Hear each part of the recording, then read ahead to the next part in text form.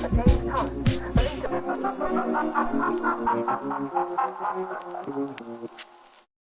hello, hello. You're listening to Midnight Movie Gang. It is currently 6:42 p.m. Night Movie Gang, Tuesday, April 14th, 2026. When do these movies take place? I just realized. They're in like the not super Future. Yeah, I was gonna say nondescript future. it's the non super far future. I mean, might as well be today. But yeah, for those of you just tuning in, so I'm LC, your main host here, and I'm here with Joseph and Jack. Say hi, guys. You know, That's what I have to say. It's like Eyes bulge out of my head when I did that, by the way. whenever that's method. Your method. get to the show. I've been leading up to this. I've been like I say, I throw VHS tapes on in the background. I've been doing shit earlier today. I was cleaning the house and I had Terminator 2 on in the background. And I was rewatching Predator the other day. I'm excited to have specific conversations about it because in addition to like being like we're gonna do the whole like, oh, what's your guys' history with these movies? I'm also gonna be like, what's y'all's history with Arnold? Like let's just stop and appreciate Arnold for a minute. You gotta keep the streak going, dude. You gotta watch Jingle All the Way. Yeah, we gotta watch Twins. He's a friend of the show. Yeah. Outside of we've reviewed Predator and Terminator 1 and 2. Are there any other Arnold movies we've done, or is it just those three? Man. No, I think that might be it. I think that might This be is it the for Arnold. first. Yeah, this is the first one I've been a part of, at least. Yeah, the first If Arnold. I'm missing something, say I'm stupid in the comments. Yeah, the folks at home, and this is going to be episode 117. There's that you know what I'm not looking forward to. I'm not looking forward to the where we accidentally double a movie. It's like, oh, we should talk about this movie, and then it turns out it was like episode 5 or something. Like No, it's a retrospective. it's a it's true. It'll be a revisit. We'll do some revisit. I feel like Speed Revisited is is like an episode I've had in the back of my head.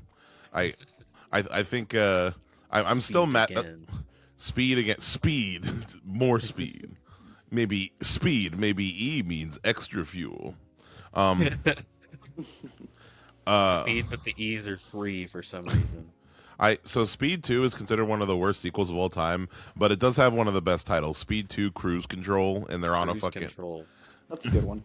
and they're on a fucking boat. They made history in one way. So Speed 3 would obviously have to be a plane, right? Like that's the only direction. Yeah. Bus to boat to plane is the only logical. And what would that one be called? Cruising altitude? I don't know. Speed. That's a good. I like that one. Losing altitude's a good one. Speed 3 Runaway Overdrive. I don't know. Fucking. Speed 3. It's in a fucking plane this time. I can actually imagine it's Keanu Reeves like in a wingsuit, like flying towards like he has to like get on the plane. So he in a wingsuit he shoots through the pilot window and flies into the plane. That's how that would go down. Hollywood, you listening? Yeah. So today we are talking about 2 movies. We're talking about the 1990 American science fiction film Total Recall, directed by Paul Verhoeven, starring Arnold Schwarzenegger. And it's 2012. Technically not a remake. It is a new adaptation of the original short story. Although here's the thing, like Jack and I were saying before, the lady with 3 titties is not in the book. But But I feel like a lot of that stuff isn't in. We can remember it for you wholesale. yeah, 100%. No, both definitely add on. I think there is on the reading for this one. there is more there is more remake in the remake than I think they claim there with their reimagining status. First thing, there's several direct references to the original to the point where it's like why aren't you just like you clearly want to remake the original so bad, so just do that. Quit trying to beat around the bush. It's like them not being in Mars. I'm jumping ahead, but them not being in Mars in the remake is like the biggest, most baffling decision. They mention Mars. Interesting things. Hey, you know the entire crux of the plot of the first movie that was extremely successful. Let's not do that. Yeah. Mm-hmm. It's very frustrating. We'll get to that. So I'm assuming we might as well. this might not be one where it's like we're not going to do a full breakdown of the remake, the story of the remake. Essentially, I think we should talk about the original, and then we're and then pretty much have a discussion about the remake Yeah, and and it's pretty much the same story, just worse, and like yeah. literally every single way. There are a few things I like. Here's the thing, like I said, I feel like I'm gonna be the defender. It's not a good movie. It's pretty mediocre, but I think it has some redeemable. There are some things I enjoy.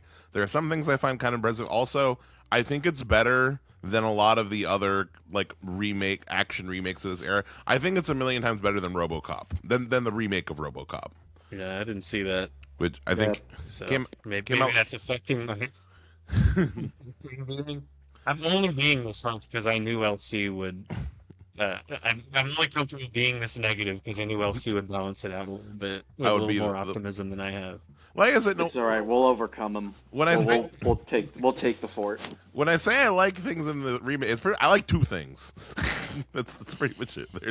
There isn't a whole lot to defend, but and one thing as far as like that I think is actually like an improvement, but we'll get to it. So talking about guys, tell me y'all's history with the original Total Recall. I don't know. I'm assuming. I think Joseph, we talked about using this for Jack. Had you seen this movie before? The original? The original? Yes. This is my third time watching it. Okay. So yeah, I want to hear basically a little bit of from this rewatch, like how much do you remember from your first time watching? Do you remember your first time watching it? Also, in addition to the movie itself, just this might sound kind of weird. What's y'all's just like history with Arnold? I feel like something I kind of realized in the last few days of absorbing Arnold content is like he really is such a childhood figure to me. like He's like a big kid in everything that he's in. Arnold Schwarzenegger and Optimus Prime operate in very similar realms in my brain. Basically the same person. or like Joseph, or like Jackie Chan, where it's like I don't really get like you're an awful person, but I like when you do the whoa whoa whoa. I like when you do the ah. Yeah. Or when anytime he just does like a stupid strong thing, like at the end of this movie, like skipping ahead, but at the end of Total Recall when he pulls the fucking metal the arm out of the chair and stabs the scientist with it. Honestly, there's something about him that always feels so surreal and out of place in every movie he's in for me. He's such a strange protagonist. Like he's not like he's a fine actor. He's kind of just known for like his face and his charisma and his giant, huge body. But like because like protagonists in movies are usually like everyman. Like generally in the movie, it's like, why is this man a bodybuilder? Like in this, it's like, why is this man a bodybuilder? Yeah. And but he's so etched into like pop culture where you just immediately he's Arnold Schwarzenegger, like he's the protagonist. It's not like he's just some buff guy. It's like, oh no, it's Arnold running around shooting innocent civilians. Basically, yeah. I said that. Yeah, no. No, yeah. I do love Arnold movies. I love Terminator. Predator was probably my favorite '80s movie. Yeah, he's always been great. He's always been in the background. And honestly, I feel like I had only ever seen this movie once, and I completely forgot it. But this time, like watching it, I was a kid, but this time watching it, I'm like, this is fucking awesome. Like I really enjoyed it all this time. Yeah, this movie, Joseph. Watching this, I'm like this has like everything Joseph loves in it. like, like it's so many elements of so many different things. It's got a lot of cyberpunk, but it also has this like pop. You know what Mars reminded me a lot? We're gonna talk about it later. I felt a lot of Borderlands. Yeah. Yeah, it's crazy. It's like a cool fucking. It'd be a cool open world. Mars to explore, and maybe you're like I was thinking a cool mechanic would be like you can upgrade psychic abilities, but if you upgrade your psychic abilities, you become more mutated. Yeah, absolutely. It's like built for it. Yeah. But I mean, I had forgotten that this was a Verhoeven movie, but. If I didn't remember anything about this movie, I would have remembered that. Yeah, that's what really stood out to me about this one. It definitely, because I guess my initial, kind of going back to like the first time I saw it, a lot like you, Joseph. it's definitely it felt a lot more like, or I guess it was more, I guess, cognizant of it being a Verhoeven movie. So you start to see little bits of satire, and I'm like, oh, this isn't just Arnold running around shooting guns. I mean, it is, but Yeah, there's a little bit more we'll depth give you to that too. But Yeah. There's definitely like an intelligence. Another interesting thing. One of the main writer of the movie is Dan O'Bannon, one of the main writers of the original. Oh, and Ronald Shusett. Yeah, the writers of Alien. yeah, Oh, I didn't know that. That makes a lot that's of cool. sense now looking at this. Yeah. There's so much crazy sci-fi shit in this movie. There's psychics, there's mutants, there's space travel to Mars, there's memory fucking implantation, there's like secret resistances, and I like all the spy the tech. remake has like half of that. There's the Aliens. there's a giant woman suit that has a Yeah. little slot that pops out that's like a Yeah. foot long, so it should definitely pierce Arnold's head, but we're not going to talk about that. Well, Yeah, there's giant instant alien historic like mechanisms inside of Mars. mhm. Remake has none of that. Remake references the cool 2 weeks lady, Yeah. and then gives you something way worse. Yeah, that's true. It has her on a little ID. That's true. Also, the bit doesn't go for nearly as long. It's not as like kooky or crazy. I was gonna say also, Joseph, that what you're sounding like, everything you just said, kind of sounded like the Total Recall guy's pitch. Like you'll go to Mars, fight ancient aliens, and have Yeah. a spy adventure. You know, All the cool stuff about them. Yeah, exactly. No, yeah. I Which- mean, do you guys? What's your guys' take on the dream or not? on whether or not it was real. Yeah. Jack, Me, you? I watched this movie front to back, not even like I thought that it was going to be like the big twist reveal at the end, like, oh, it is, but like it I know it's left ambiguous, but I honestly can only watch it through the lens of like this is all just recall, this is all just an implant, like a brain dance from Cyberpunk. Yeah, Like it's I just think so real. Like he tells him everything that's going to happen to him before the movie starts. the thing about it that for me that kind of stands out is for me it's a dream, and I think it's made pretty clear, obviously, by like suspend your disbelief a little bit, of course, about like, oh, Melina, that's Oh. I Yeah. wanted. Wait, isn't I- damn? I literally just finished watching the movie. I think it's Melina. Melina. I was just I swear to God I watched these movies. I promise. Bad with But names, that's always my excuse. but no, it's the like obviously like the way that she looks. I'm like, okay, yeah, suspend your disbelief a little bit. But then you like hear some of the other little things like blue sky on Mars or like the exact like objectives of the evil corporation at the start. Yeah. Like a double like the little note about the double agent or triple agent like right at the right at the start when the doctors or the we'll call him a salesman when the salesman was pitching. Yeah. So that one hit a little bit more. I'm like, oh, okay, this is more likely than not a dream, just because of the little things that are kind of peeking out there, not just the whole overarching plot. Yeah. What was I gonna say? Yeah, no, Yeah. it blatantly calls it all out. Yeah, that whole little like the pitch is given is pretty much, yeah, they lay out the plot like Shaun of the Dead style, just like lay it out all right there. Which is it's honestly cool because the whole movie is like it feels like Arnold Schwarzenegger is just a stupid video game protagonist, just having a great time, running around, tearing people's arms off. Yeah, he Anyway, never, did I interrupt? What was your history with this movie, LC? Yeah, I was just gonna say. I mean, it's not the longest as far as like I saw this movie too young. Like most of like my mom like loves Arnold movies. They're always on, and growing up. This was always just kind of like one in the catalog of the Arnold movies. I remember I distinctly remember as a kid a lot of the rubber faces. Oh yeah, Simultaneously, they kind of freaked me out, but also I thought they were like kind of silly and just enjoy like the eyes bulging. Like it's very violent and it is physically upsetting, but it's also like definitely a little goofy. But it's supposed to be like goofy and over the top. Is like Paul Verhoeven really does like has the perfect line between satire and serious, where what it's is like it with Arnold where he has to be No, yeah, no, sorry, I interrupted. No.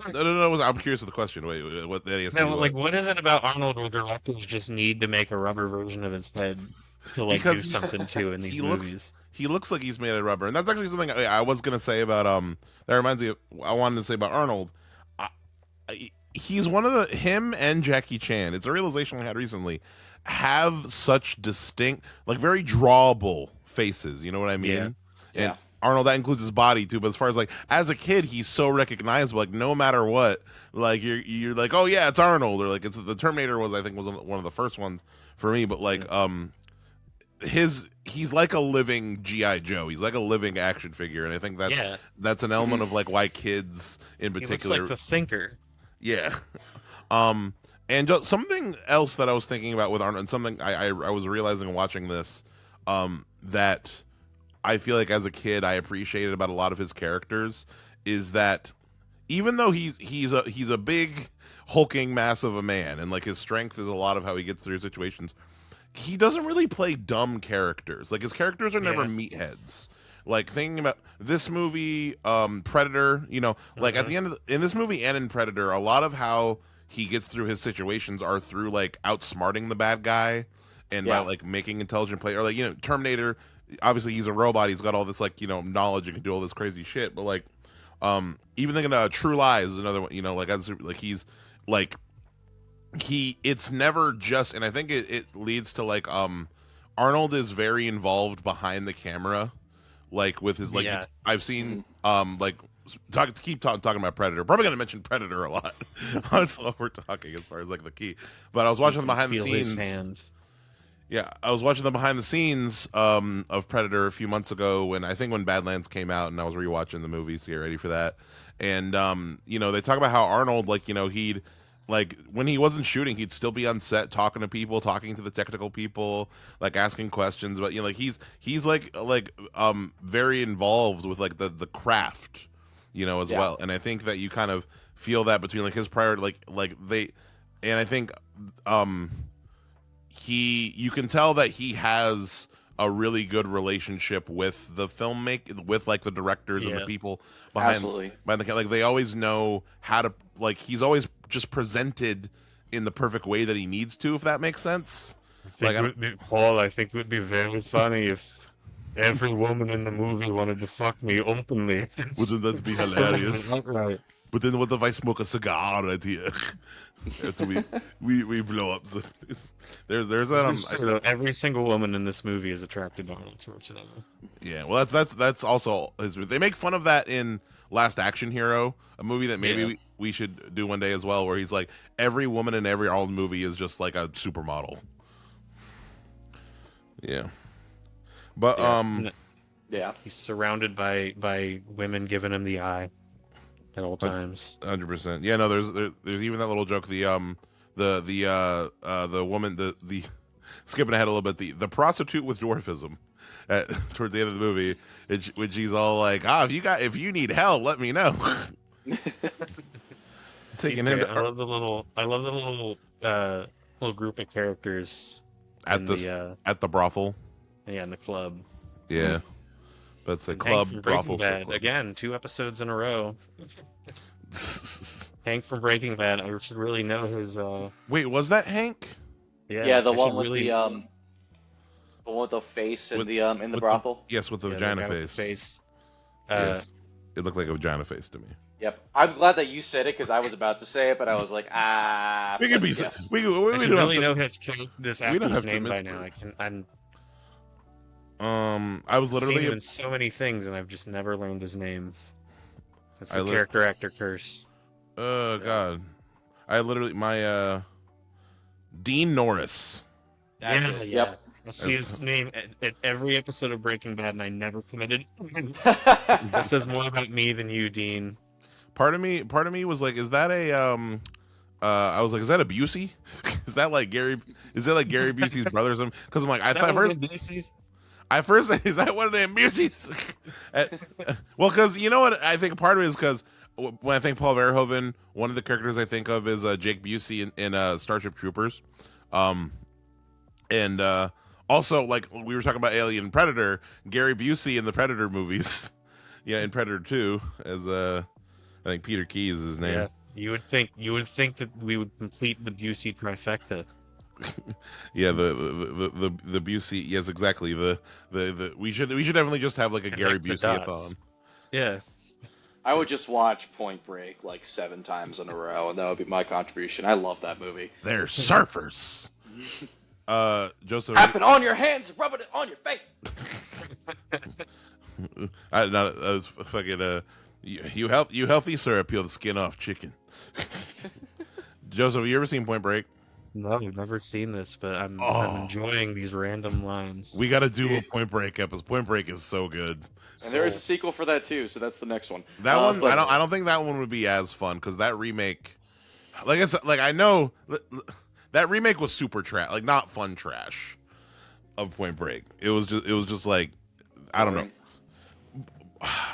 boring in a worse way than the Total Recall one. But yeah, I'm trying to think. Sorry, I don't know about that. I'm trying to think if I have any other points before we start kind of breaking into the plot a bit. What was I talking about? Something with Arnold. Yeah. Oh wait, no. One last thing I want to mention is that with Arnold, another just something else. I think like why we enjoy his films, like what he always brings to his films. We're talking about his acting. Yeah, vocally, I think it's a bit of a Keanu Reeves thing, where like he's not the best at delivering serious dialogue. Obviously, he has his quips, but I do think that he's very good at expressing with his face. Like even like having like memorable like in this movie is a great example. Like when he's not rubber, it fits because sometimes his face looks like when he's freaking out and shit. Dude's got a massive face and knows how to use it. Yeah, he's got very expressive eyes. Like one of the big we were talking about in Terminator. Like he spent a lot of time having a specific, like he said, looking like a shark, where his eyes would follow. Like in the original Terminator. Like he I think he is like very skilled with his physical acting, and part of it comes from his bodybuilding and like how he's very aware of his body and like how to move it and how to use that big body. Has he directed Arnold? I don't think so. He feels like a guy that would have directed because he was governor. These guys do everything, right? He directed the state of California for a few years. Very well, apparently. Arnold. I don't think he Director. is. He's What about the name of switch the name of the governor of California to director? I feel like that would fit. Which they should. They absolutely should, and they should. Yeah. Every governor name should be changed to something appropriate to the state. Yep. Director So the potato Gavin of Newsom. Idaho. The director Gavin Newsom actually kind of rolls off the tongue pretty well too. Yeah. I you know what I don't think he has directed anything, but I will say this though, he does also seem like the kind of guy who's like, if he's not going to be in front of the camera, what's he doing there? Yeah. I think is No, that's true. That's well said. Yeah. Yeah. But anyway, so getting into the kind of some of the more mainly talking about the original. We're going to mainly talk about the original. I think we're going to talk more about the original than the remake, really. Yeah. So this movie, by the way, it takes place in 2084, according. So fucking math. What is that? 58 years from now. Yep.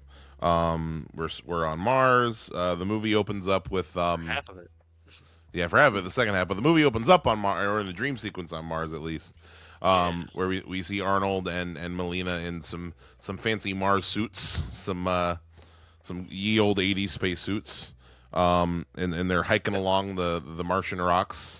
And very, very 2001 inspired spacesuits. I know that's kind of the cop out, but you could see there are some influences that Verhoeven wears on his sleeve. But here, especially with what happens, it definitely feels appropriate. Yeah, very kind of. Yeah, I'm looking at it with the gold trim. 1 second, my computer.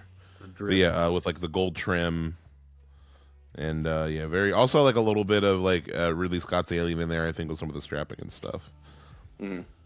Workman like. I'm a fan. Yeah, I like the way everything in this movie feels very like practical. Like it feels like it would actually exist in this like 90s future. It felt like TNG a little bit. Yeah, I can see that. Is that Verhoeven's like kind of clean future? It's like it doesn't have to be dirty to be dystopian kind of thing. It's it's very functional. It's that 80s mentality of everything being very stark, like like high contrast like designs Smooth and lines. walls. Yeah. Yeah, I know he's my boy, and I feel like I mention him all the time, but it kind of reminds me of Del Toro a little bit, where all of his like surreal or out there sci-fi worlds or fantasy worlds, they all feel like they're right within the universe that they're in. Yeah. And just the detail when they get to Mars, they get to the brothel, everything is just all the makeup is outstanding, all the Yeah. characters, nobody feels out of place in the world. No effect, Yeah. no makeup look feels like it's oh this shouldn't be here, like, oh this is a mistake, this is over the top. No, everything feels like it's within, well Yeah. lived in its world. Most Oh, of the effects in this really hold up, like down to like, I mean, even if it doesn't necessarily look real, like the animatronic, the animate, like fucking, we're gonna get to Quato, dude, like Oh, Quado. his Yeah. little baby ass, The way like, his mouth moved perfectly to match the words, like, did you see that shit? yeah, no, dude, it looks incredible. Or like Looked one like a that real guy. one that really got actually, and I remember as a kid, it really freaking me out seeing Benny's arm, his mutant arm. Oh, Benny's arm's great when he rips it Yeah. off and he just sees it. Like, it kind of reminded me of The Thing a little bit, just with Yeah. like, just the structural, like organic. It's an arm. I think the like, moves very rigidly. The lighting in that scene, I think, helped it make it a little. The thing is too, because that scene I remember is that scene is lit by flashlights. Like remember, Oh, they're, yeah. they're being ambushed by Watto's dudes, and like it's all like backlit and shit. Yeah. Yeah, no, for sure. Benny would also definitely be the like my favorite. He's the what's Skeeter, that's his name. It's like Skeeter from Borderlands. Like that totally Oh, be yeah. Benny's thing. Catch a ride, man. Man, I got 5 kids to feed. But yeah, so yeah, we're yeah, so basically Arnold's face blows up. We talk about the rubber face, and then he wakes up, and he's in bed with his hot wife, played by Sharon Stone, Laurie.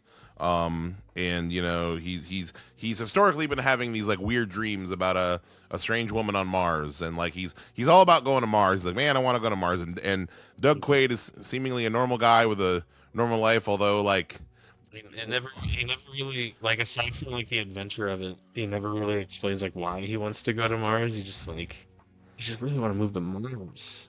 well, I He's mean, hearing all these news stories about all the stuff going on in Mars. I just want to live there. Yeah, that was really funny though. I remember like catching it. I am kind of stealing this from the Red Letter Media review. Like the first, like he sees this newscast of like 100 people bombed on Mars, and his first thing he says to Sharon Stone is like, "Let's move to Mars. Fuck it." we have to get our asses to Mars. I'm gonna go to Mars. I mean, I know it's probably like a subconscious thing, right? Well, yeah. If we're okay, so like I mentioned, the original movie, I somewhat take more as like it's real. I don't think it's a dream. I think that there are some things. How do I put it? I think there are elements of the remake that have it that to me like make it more seem like the remake is going for its moral fake. Where like there are certain things. So one of the biggest things in this one is that there are more than a hand. There are a lot more scenes where like how do I put it? Where I'm like, Quaid, why would Quaid remember that? Like when he first gets woke, like in Recall, and like he gets activated or whatever, and the Recall people like knock him out, and then they have their whole conversation like, what the fuck? Like, what do you mean he's activated? Like, why would we be seeing that if this wasn't real? Type deal. Yeah. But then again, here's the thing. Yeah, scenes where there are two Or two Quaid's, people. yeah, where Quaid's not there. Where where he's not in the room. I just see that as a plot hole, honestly. Yeah. But here's the thing, though. It's interesting because it's the opposite for me. I see the original like as leaning way more toward it's all a memory, and like if you like it'll make you feel smart if you think that. And then in the remake for me, it feels like a lot more like we're supposed to believe that it's all real. Yeah. For me, I think part of it is because the remake. There are certain convenience. Maybe it's because of stylistically, like the original is like just overall so much more fantastical, and like it has this more stylistic vibe. The remake, because the remake is being pitched in a more grounded way. When there's stupid bullshit, I buy it less. Like for example, like one of the main thing, the hole in her and his hand. right? I'm like, Oh my okay, God. what are the fucking chances that they got shot exactly Holding hands. in the middle, holding their hands, and it's gonna heal, and that like that's fucking stupid. But here's the thing, though. It in the universe of the remake or the reimagining or whatever, because that's a universe that's supposed to be closer to like real life, I find it stupider than if that kind of detail was in the original. You know what I mean? That's It's kind of like what I mentioned earlier about like the world. Like you need to establish the world and establish the rules of the world. So when you have little things like that, you're just like, all right, come on. Like you can't just throw in that nonsense when you're spending the whole time trying to develop some semblance of I wouldn't say hyper realism, but realism because Total Recall Verhoeven knows what it is. mm-hmm. Yeah. Like to its core, like yeah, call it a smart satire and escapism. It's essentially sci-fi slop. But yeah. It works on two levels of being a stupid action movie But in also having summer something to and say. being a funny satire at the same time. Like it's two different movies. Whereas I Yeah. feel like the new one is just one movie and it sucks. One boring movie. Yeah, one bad movie. One boring, hey, ain't capitalism Two- bad movie. Yeah, two good movies versus one bad movie. It's Shit the same Elysium. time. Somehow more boring Elysium. Yes, a worse version of like 5 different movies, including Total Recall. Yeah. But anywho, yeah, we see Arnold at work, and it was once again another a shot burned into me as a kid seeing this movie, like when he's using the fucking drill, and he's just such a tank, like he's You're like, like oh, I shirtless. guess you can get for doing that all day. Jack Yeah. from Jack Cameron. I guess that's why they call it that.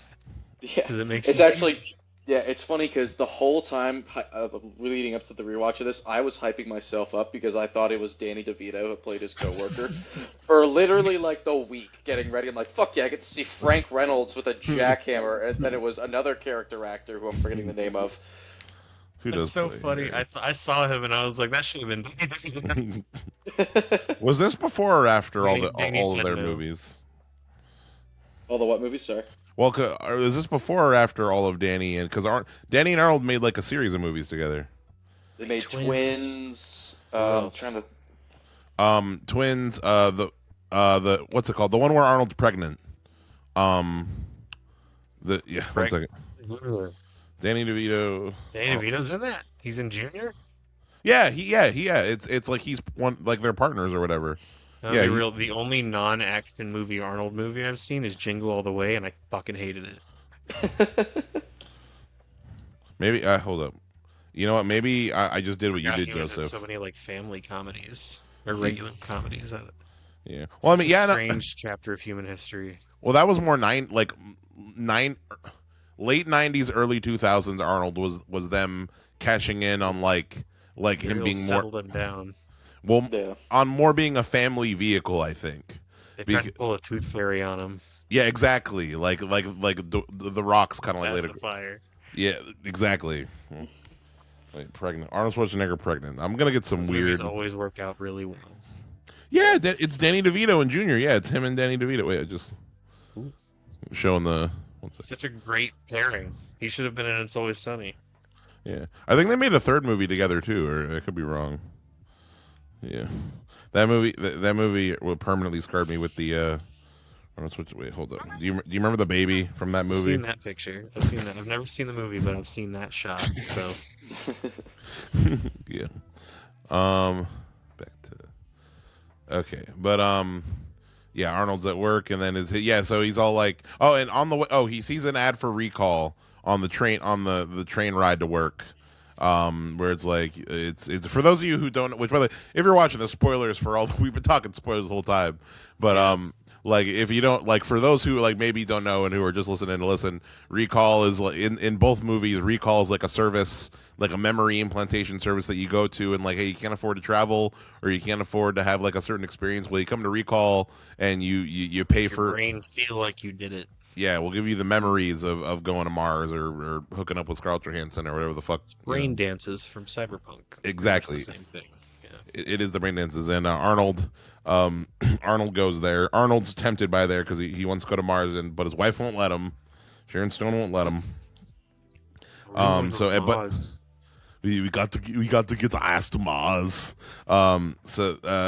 His not Danny DeVito tells him don't go there. It'll fuck up your brain. Which once again, that's another thing too is that like talking about kind of with both these movies.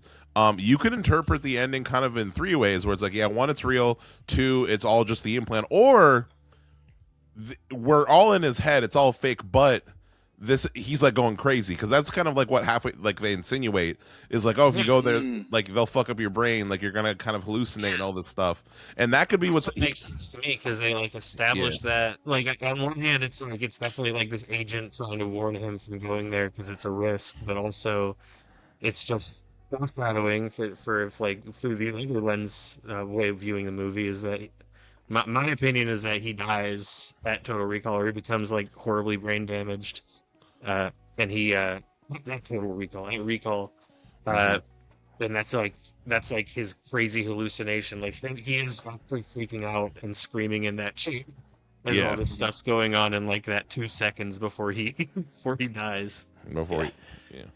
I need to step away. You guys can keep going. Sorry. Okay, are you?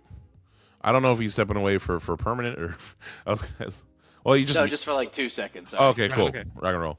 I was gonna say, I was like, yeah, he did mute, so like, I feel like if he was gonna be. All right, cool, Jack. But what's it called? Yeah, no, I honestly like I know that both of these movies are totally meant to be ambiguous. Like you can watch them either way, and it's kind of like watching two different movies.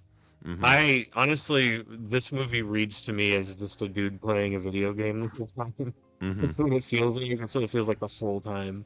He's just having a great time. That's one thing Colin Farrell does not bring. He's not just enjoying way on to this. No, Colin Farrell's not having fun. Colin Farrell's just trying to figure out what's going on. I think the only person having fun in the remake is Kate Beckinsale.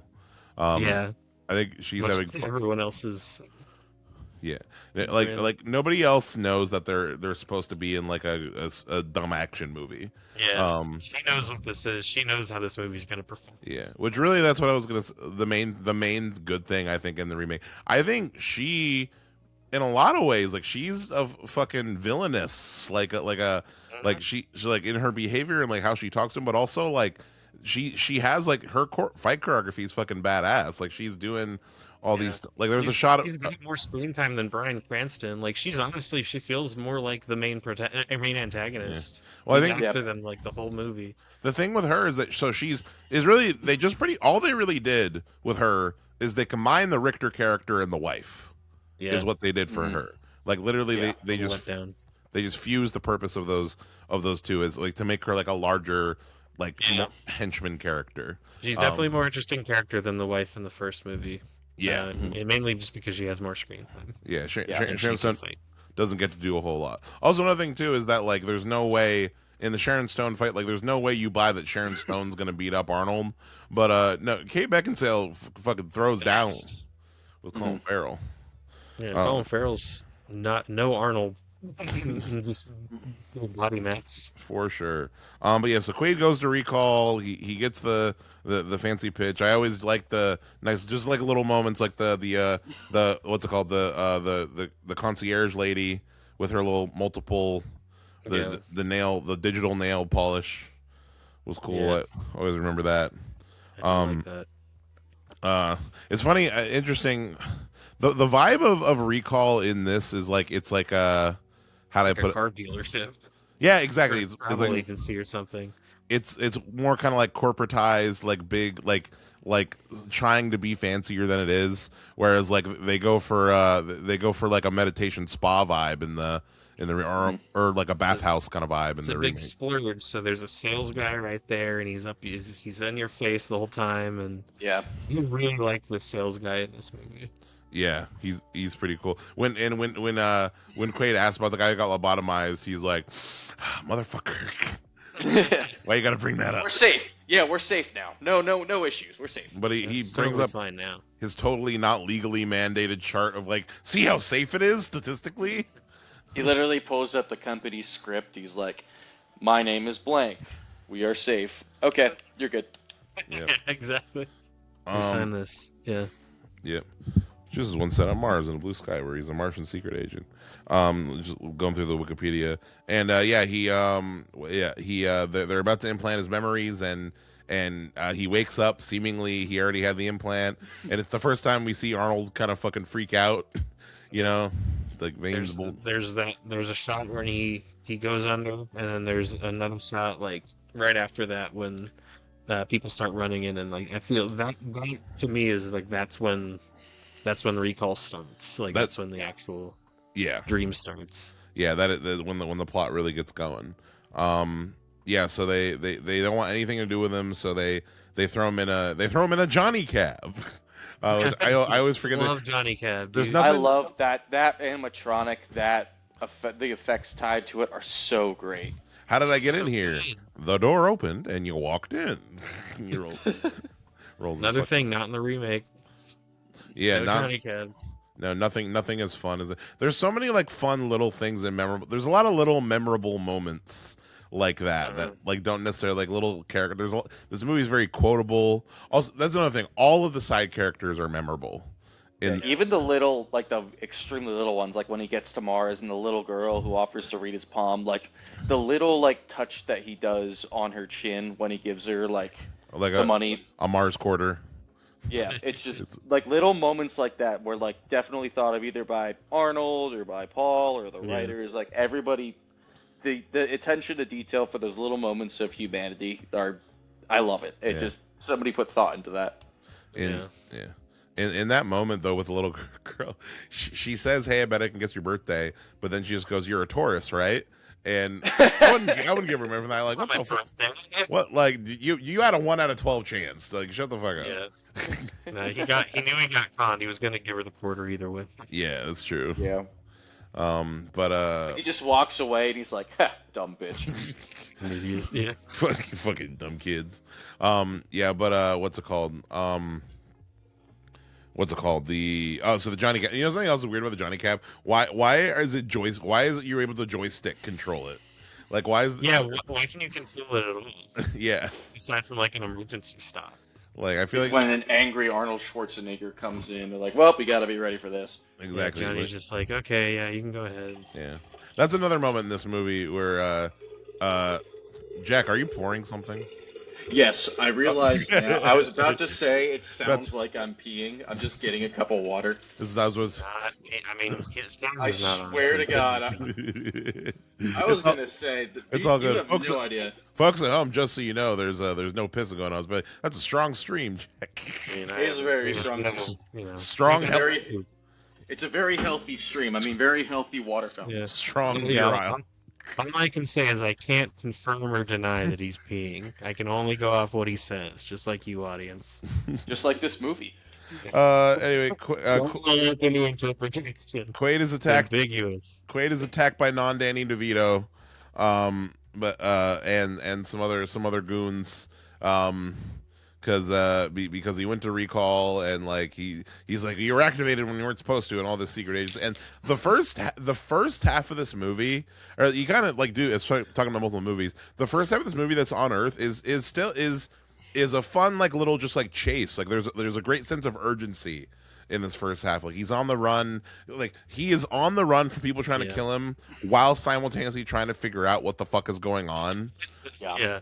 And like he can't even like I remember when I was a kid, like the wife twist is really good, and he's like shocked and upset by it. You know, like he goes home, she's practicing virtual tennis when he comes in. I always remember that part. Yeah, she's like everything's like the VR.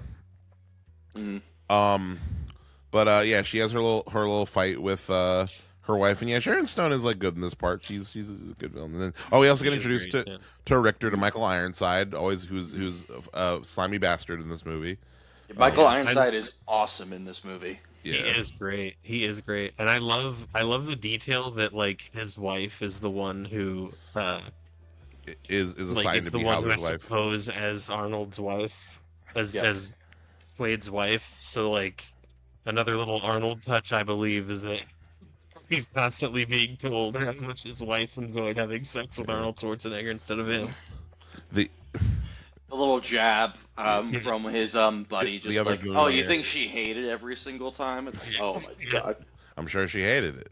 Yeah. Fucking, I wouldn't want. He said, like, I wouldn't want that guy porking my wife.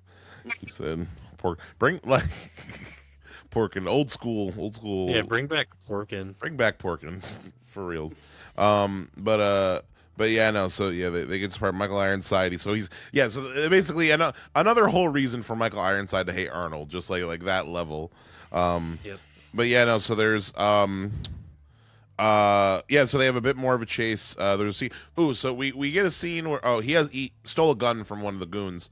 So fun little trivia fact about this. So the 3D scanner or whatever, like like the bones or whatever, like the X-ray scanner. Awesome effect, by the way. That still looks great. Great effect. Like the CGI skeletons. Yeah, it's all so that whole thing basically how they did that. I mean, pretty simple. On the other side of that thing, they just like basically videotaped like people walking by the other side, and then they just like match the animation of the skeletons to them walking. Fun fact about it. Sick. During you remember there was somebody had a dog go through it as well. This is the one fact I knew about the scene, and I couldn't remember where I had heard it, but yeah, I do remember the dog. I think I think I might have heard it from Mr. Sunday Movies. That's probably it. Yeah. That's by the way, Mr. Sunday Movies I think is the goal of what I want this whole platform to be. It's like one of my favorite movie guys. But anyway, recommendation. We need to do a collab.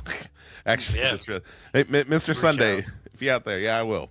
I feel like I'd be starstruck in a weird way. Just like you're an inspiration, sir. But sorry, we tangent all the time. I'm gonna recommend a focus. If you want a fun YouTube review, look up Batman versus Predator, Mr. Sunday Movies.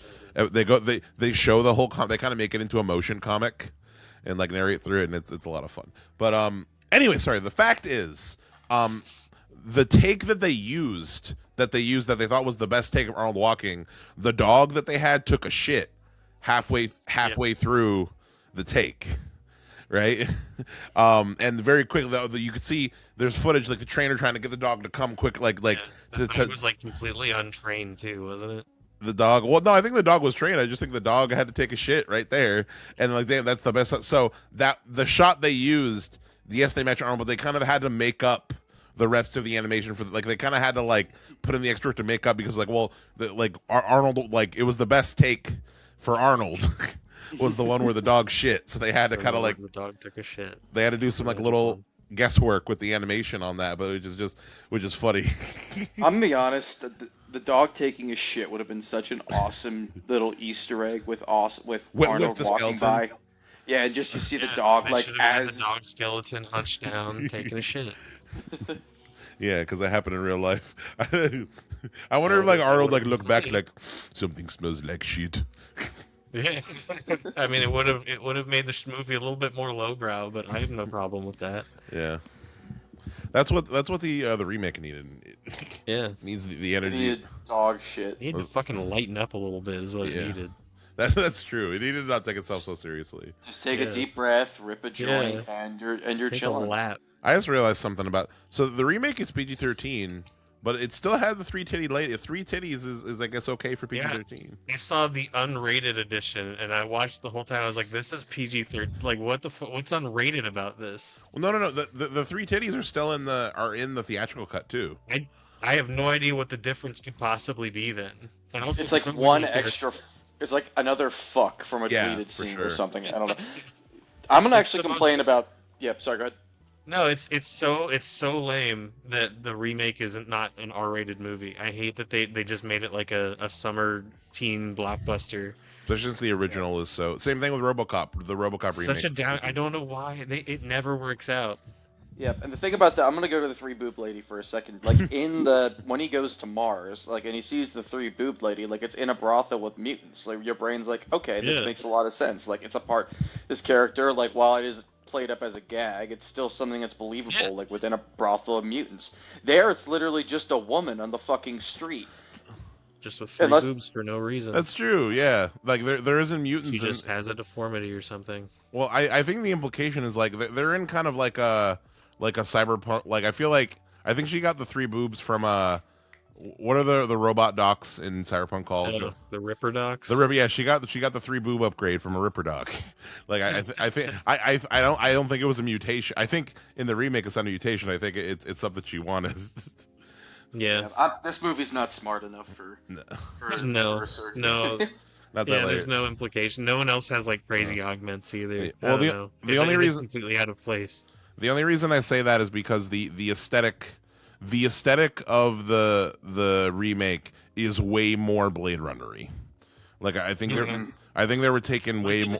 Way more generic. It's like generic sci-fi to the point where it's just like make a dystopian, like hey ChatGPT, make a dystopian sci-fi city, and that's like it's exactly what it does. Like it's got like the specific line work to a lot of the art, like a lot of like the digital interfaces and stuff looks very it's all like super uninspired. But we'll get to the remake. We can't stop talking shit about the remake with everything. Yeah. Yeah, so going back to the original, so he's being chased down by Richter. He gets away from him. He decides to go hide in a hotel. Arnold does. And whilst in the hotel, he gets a Skype call from somebody who claims to know him, being like, he tells him to go to a bank, or tells him, I'm trying to remember how he gets. No, he's going to be across the street with a suitcase, like across street from the hotel, and go pick up this suitcase. And he goes and he grabs a suitcase, and in the suitcase there's a towel. Before he gets a suitcase, he has another little bit of a chase from Richter, and he ends up like in a big warehouse. And we're watching this today. I'm like, man, that's so mean. There's like a bunch of rats on a table, like because he's just like this man, and he just fucking swipes all the rats off with the suitcase, just like.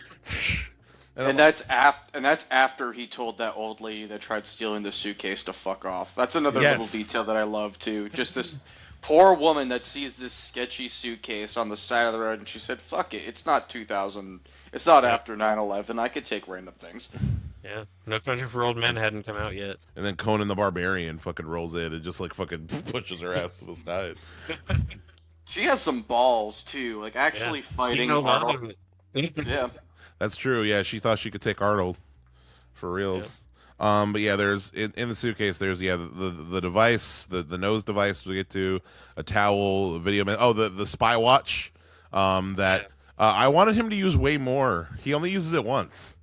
The little expensive effect. That's true. The little shadow clone jutsu watch.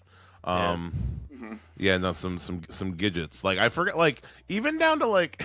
This movie has like this section of the movie. This first half is like a fun little spy thriller kind of thing, and like the remake like just doesn't have most of what it is. He doesn't have any gadgets in the remake. Like why didn't they give him any gadgets? Like the clone watch, that would work. There's no fun allowed in the remake. They just make him an impervious superhero that drops like 3 store. But you got to stop talking shit about the new one. Okay. Yeah, we'll have our opportunity to talk shit about the new one. Okay, so yeah, and. So he there's a little message from Arnold. He's like, surprise! Let me give you a shock. You're not you. You're me. No shit. No shit. It's me. Arnold. I love how like calm and like happy he is in the video. He's got this smile on his face the whole time. You ever seen the Arnold Schwarzenegger movie, The Sixth Day? It's about clones, and there's a scene where Arnold and his clone are like making weapons or whatever, and they figure out how to make this like certain kind of, and they're both like cool at the same time. I think I've seen that clip. Yeah. I can see it makes so much sense why he was box office gold. Everything he does is entertaining. He's just not one of these. He's just so captivating of a person on screen. You can't take your eyes off of him, you know. Yeah. Something I found that was nice. Like, say what you will about like him as a person, I have like from what I understand in the zeitgeist, like he's very nice to fans. Like he always like will make time to like talk to you and like take a picture or whatever. Like from what I understand, like he's very like like a very nice person to, like just like talking to. So that's what I've heard. Yeah, but anywho. So yeah, there's a fun. So we get the fun scene. He has to take the bug out of his nose, That effect is also awesome. Yeah, Him just in the rubber mask, like the bulging nose. I remember as a kid being like, It does look "Oh." like it hurts. Yeah. Yeah, no, they Yeah. really sold it. Yeah, but the Arnold's voice acting in the mask. Oh, and and his funny look when he has the towel wrapped around his head, looking like a grandma or whatever. Yeah. Um, but yeah, he gets the bug out. He wraps it in some C4 and gives it to some rats. Which once again, poor rats. I hope no rats were harmed in the making of this film. There are a So- lot of rats that die in this movie. Yeah, Yeah. like Richter, and like Hey, got him. Copenhagen. But yeah, blah blah. So Copenhagen, Brain Rush. Wait 1 second. Looking at the great. So yeah, so Hauser instructs Quaid to return to Mars, stop Copenhagen.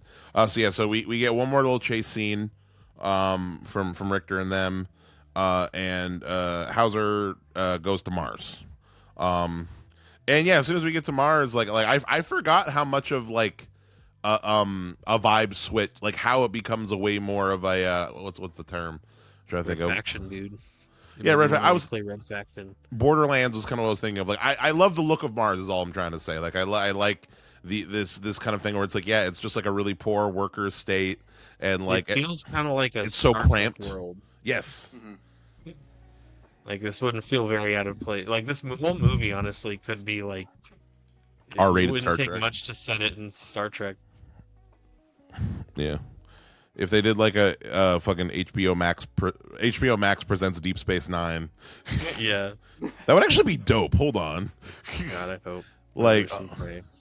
wait, how would that work? Maybe like, who would be good? I'm trying to think of like, what's like a modern sci-fi like. I just want good Star Trek, please.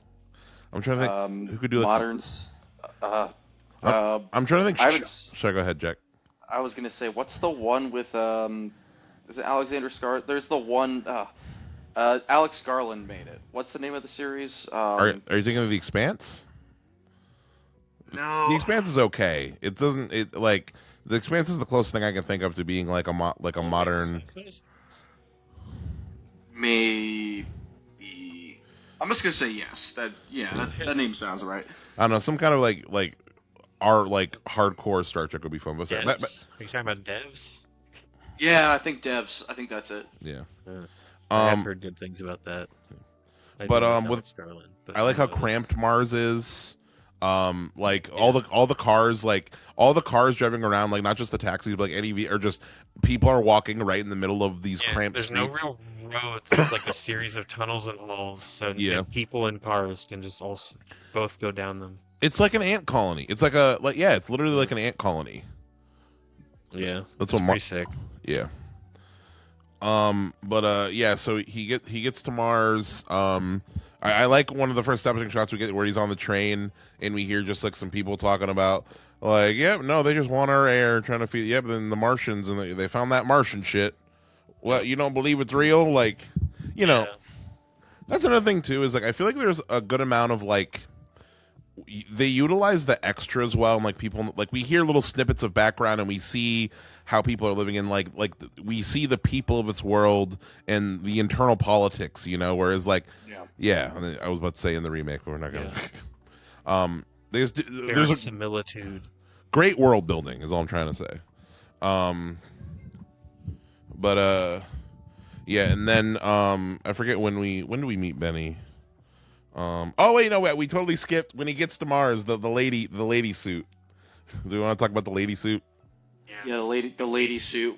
Yeah, the wig with the slot that comes out 1.5 feet from his head. That definitely should have been piercing Arnold's head, but just fuck it. That's why it's fake. That's why it's a fake Arnold. 2 weeks. 2 weeks. I like as Michael Ironside is walking away, he keeps getting distracted. Like, what the fuck?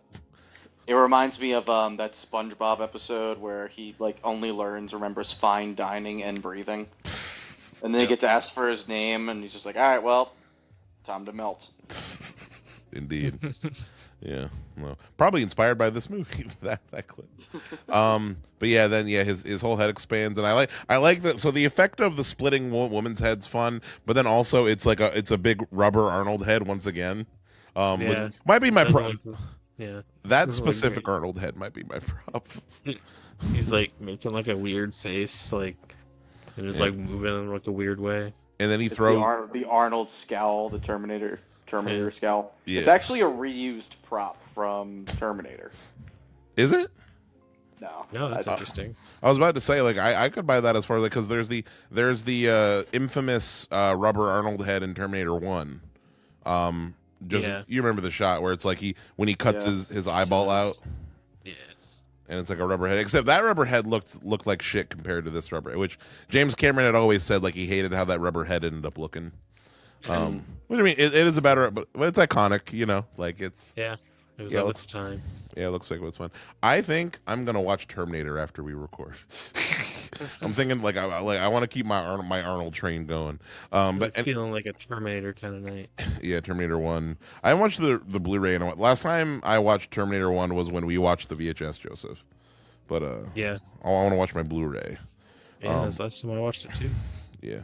But anywho, so now we're on Maz. Going to Maz, and then Hauser, or Hauser. I don't know why. Arnold, Hauser, Quaid, whoever the fuck it is. We meet Benny, and when we meet Benny like tricks him into coming into his cab. And there's like an explosion happening in the background while he gets into the cab. And he's like, "Welcome to Mars, man." Benny might be like my favorite side character ever, or he's He's up there. great. Especially like the tonal shift when he turns when it is released, Yeah. or when it's revealed that he is like a bad guy. He's working for Cohagen. It's Yeah. a Like, really just the- effective twist. Yeah, Yeah. and like the actor too, like his tonal shift. But there's still like the quirks in there as we see in the drill scene, which is my favorite scene in the movie, and we'll get to that in a little bit. But that actor's fucking great. Yeah, he drops a little bit of the exaggerated facade when he reveals himself too, because like Yeah. he's playing up the whole thing of being the cadre. It is like a bit of a performance, and the twist is actually especially crazy after you find out that he's a mutant. Yeah. Yeah. And it's like, wow. Because that, well, you see it, that convinces the resistance. Yeah, So it's like, it convinces the audience. He was like, oh, I guess he's cool. yeah, which Yeah. is fucking because that's definitely something that Copenhagen thought. It's like, oh, like well, they'll trust a mutant, you Yeah. know, like so we gotta hire a mutant 5 kids.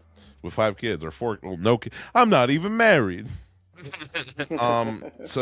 So Benny takes him down to the and he finds out that he has to go to the strip club from a note that he left for himself in the safety deposit box in the hotel. That reminds me of another. Okay, I'm gonna not mention this until we get to the remake review. But I love the little touch how he sees the note and then he Yes. rewrites one of the words on the note just to make sure that he knows. Like obviously, That he like wrote it. anybody. Yeah, you can obviously just look at it and be like, "Oh, this is probably my handwriting," but no, just actually taking the time to write down the note just to make sure. Like Yeah. that's another little subtle thing that Yeah. the character is still figuring it out, but it's Yeah. It's also just it's a smart visual. It's just like a smart visual to like let the audience know like the deepness of the. What were we saying, Joseph? I was just agreeing. It's cool. Yeah, smart little detail. But yeah, drives him down to the what's the name of the club again? Do they say it? Go to Venusville, blah blah. blah. I almost said the Titty Twister. Is that what it's called? No, that's from Dust Till Dawn. What? I actually really like the name of this club. I'm gonna look it up real quick. One second. Total Recall clubbing. He's like, there's a nicer place down the street. The girls are cleaner and the liquor ain't watered down. The Last Resort. The Last Resort. yeah. That's a good one. But yeah, so because Melina works there. We get the iconic 3-boobed woman. Also during this whole sequence, we kind of get some, as we see kind of more and more mutants, like we get a little bit more world building where it's like, how's like are all psychics mutants? And Benny's like, yep, comes with the territory, type deal, and just a little bit of world building there, kind of puts it all together. It's funny the whole psychic why. So lack of oxygen and radiation exposure gives you superpowers. I guess. It is. You don't In just this die. universe, it does. You don't just die of radiation poisoning. No, you just get cool mutations. This isn't Sunshine, Elsie. This is real sci-fi. this is the real You know, this is the real world. This whole movie has like several like comic book understandings of like sci-fi subjects, and I'm really a big fan of that. Yeah, I was gonna We say. touch on everything. I was gonna say there's an interesting mix of and actually probably comes from Paul Verhoeven because he's fucking German or whatever, isn't he? Like, what kind of European is Paul Verhoeven? He's Dutch. He's Dutch. There's some sparkles of some like I feel like some kind of more European like science fiction, like way more old school understandings of like when it comes to like some of the concepts with the aliens and the like they're like almost some Dune elements too, you know, just like like there's some pieces of that old school kind of European sci-fi that I think is, which reminds me. We need to do a Valerian episode. Why haven't we done a Valerian episode? Dude, I almost just said Valerian, and I was like, God. Now we got what's Valerian? Yo, you haven't heard of Valerian and City of, and I know the perfect. Oh, that one. That's with Dane DeHaan and some shit. And no, that's gonna be the because we got no. We're gonna double feature that with so close to being a good movie. We're gonna double feature that with Fifth Element because I got Fifth Element on VHS recently. I don't want to watch it. That's the one. Directed by that guy. Yep, Luc Besson. Same. Oh, it's Besson. Got it. Yeah, Luc Besson. Same deal. So underappreciated. I think filmmaker. Which no, Fifth Element's amazing. Valerian is a fun movie to watch if you're really really high. Yeah. No, I've only seen Valerian once, and I definitely want to see. The main thing I remember is the Jessica Alba aliens. Jack, there's a whole race of aliens in that movie that look like bald Jessica Alba. Interesting. It's and there's a Rihanna. Yeah, and there's Rihanna. That sequence is cool too. Yeah. No, I don't know if it'll be next episode, but folks, stay tuned. A Valerian episode is coming. Listen, it's not a good movie, but it'll be a fun movie to talk about. Yeah. Plus, I think I do think Fifth Element would be a good pairing with that. Fifth Element's fucking awesome. Yeah, I haven't seen that in a million years either. So, millions of years, million-year alien reactor. So Quaid, we're in this club, three boob lady. There's some mutants. You got a lot of nerve showing your face around here, Hauser. Look who's talking. Look who's talking. No, they're just great quips. So he meets up with Melina, who's the woman he's seen in his dreams. She's all mad at him because he left, and he's like, I don't remember. It's the trope. I don't remember who you are. And I love how her frustration in that scene is completely justified too. Yeah. Like when you put it into the context of like his relationship to the Resistance, it's basically just like, I think it's whatever. Like when you find like when his wife says 6 weeks, you're like, okay, this is believable. Like in the crux of the revolution, like right in the middle when everything's going down. Like we're gone for a month and a half. Yeah, and then he just comes back, and it's like, all right, well, you're back. Fuck you. Everybody died while you were just having great. sex. You're back, and you don't remember anything. So what fucking use are you anyway? Yeah. Word. She's real. Yeah, she's real. How do I put it? I don't think. Is this a complaint? Then again, it's like we talk about like how women are in Arnold movies and stuff. Like I don't really feel much of a relationship, much chemistry here. With these two, Melina's character doesn't really have. I feel like I don't know. Beyond being the femme fatale, she doesn't necessarily have a whole lot to do in this movie. If you're frustrated about that in this one, just wait until you see the other one. Yeah, I honestly couldn't tell the two women apart in the second one or in the remake. Yeah. What's it called? But yeah, no, that's. I think the only romantic co-star that I've like bought is like a real relationship with Arnold is Jamie Lee Curtis in True Lies. Yep, that was what I was gonna say. Yeah, but that has to be because that whole movie is about their fucking marriage, about their fucking marriage. Anyway, but what's it called? It's I think my edible's hitting, folks. my weed chocolate. Just in time. Just in time. Just in time to get to Quado. Nice. I'm about to swing to the bathroom. Actually, go to the bathroom this time. Okay. You guys can keep going. Cool. We don't want to hear it Live on the show. We don't. Yeah. The real pissin versus the fake pissin. But what's it called? So we basically, I think from here we find out that we have to go meet with Watto. Or actually, no, that's not. She kicks him out. Is what happens now. Yeah. Actually, I think she kicks him out. and then we get Something happens with Cohagen, I think. so. Oh yeah, no, we get Richter goes and meets Cohagen, and it's the first time that we see Cohagen outside of his little newscast. And surprise, he's a big old dick. We haven't even. He's what is his exact role? Is he like the president of Mars or some shit? Yeah, pretty much. He's like the CEO of the company that owns Mars, I believe. Okay, that Like, owns that makes like the domes or whatever. Yeah, yeah. Like Yeah. he's functionally like the despot of the Yeah. whole planet. He's he's in charge of the Mars branch of Weyland Yutani. Yes, exactly. Pretty much. Yeah. Can I talk about one Comically more? evil about it. Yeah. Can I talk about one more scene, which is right around this part, maybe just Yeah. a hair halfer? When yes. when Richter's chasing him and Melina. Uh-huh. Damn it! I was gonna call her melanoma for a second, and I realized Oh, that no. is- Oh no. Is that that's not good. it's But, the Mars sun? The makes the red skin. Yeah, Yep. but no, in that scene when Richter is chasing him, and he's about to pull the gun and shoot Arnold when he's on the edge of the dome, just like the hesitation, or it's either him or it's his little compatriot in that scene. His Like little- Arnold's just his little buddy, but no, he's just like on the edge of the dome and he's got a clear shot to kill him, and then he's like, "Fuck, there's the dome." It's another one of those Yeah. little things that just reminds you of the Yeah. situation that they're in, the world that they're in up on Mars. I do really like that. Yeah, a couple of times at this point we've seen there was. I think the first big action scene when we get to Mars, like some soldiers get sucked out into Mars air. Yeah.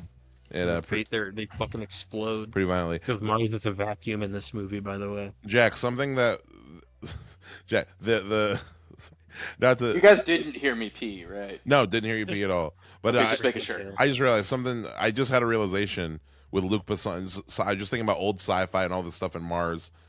If they ever tried to do John Carter again, Luke As they should. Luc Besson, I think would make a kick-ass John Carter movie. As far as like, Is he still making movies? Didn't something happen with him? I think I'm pretty sure he got canceled. Pretty sure. Yeah, I can't remember for what. I think Luc Besson, his last movie was that Lucy with Scarlett Johansson, where it's like all of her fucking brain I thought power. Valerian was his last movie. 1 second, I'm on his Wikipedia. Let's see. It's for what you might think it is. You The allegations. you know you've made it as a filmmaker when your filmography has its own Wikipedia page, like Yeah. Yeah. you know you can really stunt when. Oh wait, that's the wrong. Hold up. Yeah. On the side note, while you're looking it up, I looked up Luc Besson canceled, and the AI review said Luc Besson is not considered canceled in the industry despite multiple sexual misconduct allegations and a long legal battle. I'm like, didn't know hold that. on, isn't that Surprised. the reason you would get canceled? But whatever. Okay. Yeah. He did. Luc Besson's last movie was a French adaptation of Dracula in 2025. I have not heard. Interesting. I have not. Caleb. Oh wait, no, I have heard of this. Caleb Landry Jones is Dracula. Christoph Waltz is fucking what's it called? Christoph Waltz is Van Helsing. In it. Oh damn. Isn't that was Luc Besson? Oh, it was. I had no didn't idea. see that because I heard it was ass. I heard about it, but I had no idea it was Luc Besson. Yeah, That's- for some reason I thought that was No. like what's his name? The guy who did Elvis and Baz Luhrmann. As Larman. yeah, I thought it was Baz Luhrmann for some reason. I was like, Baz Luhrmann might be good, and it might be awful. But then I found, but it was Luc Besson. But I heard it was bad either way. Yeah, probably. That makes me somewhat interested in. I never even watched the trailer for that, so now I might take a look. What's it called? So back to Total Recall. So okay, we're on Mars. So yeah, I want to make sure you here talk about this scene. So now, he gets kicked out by Melina, and he's in his hotel room.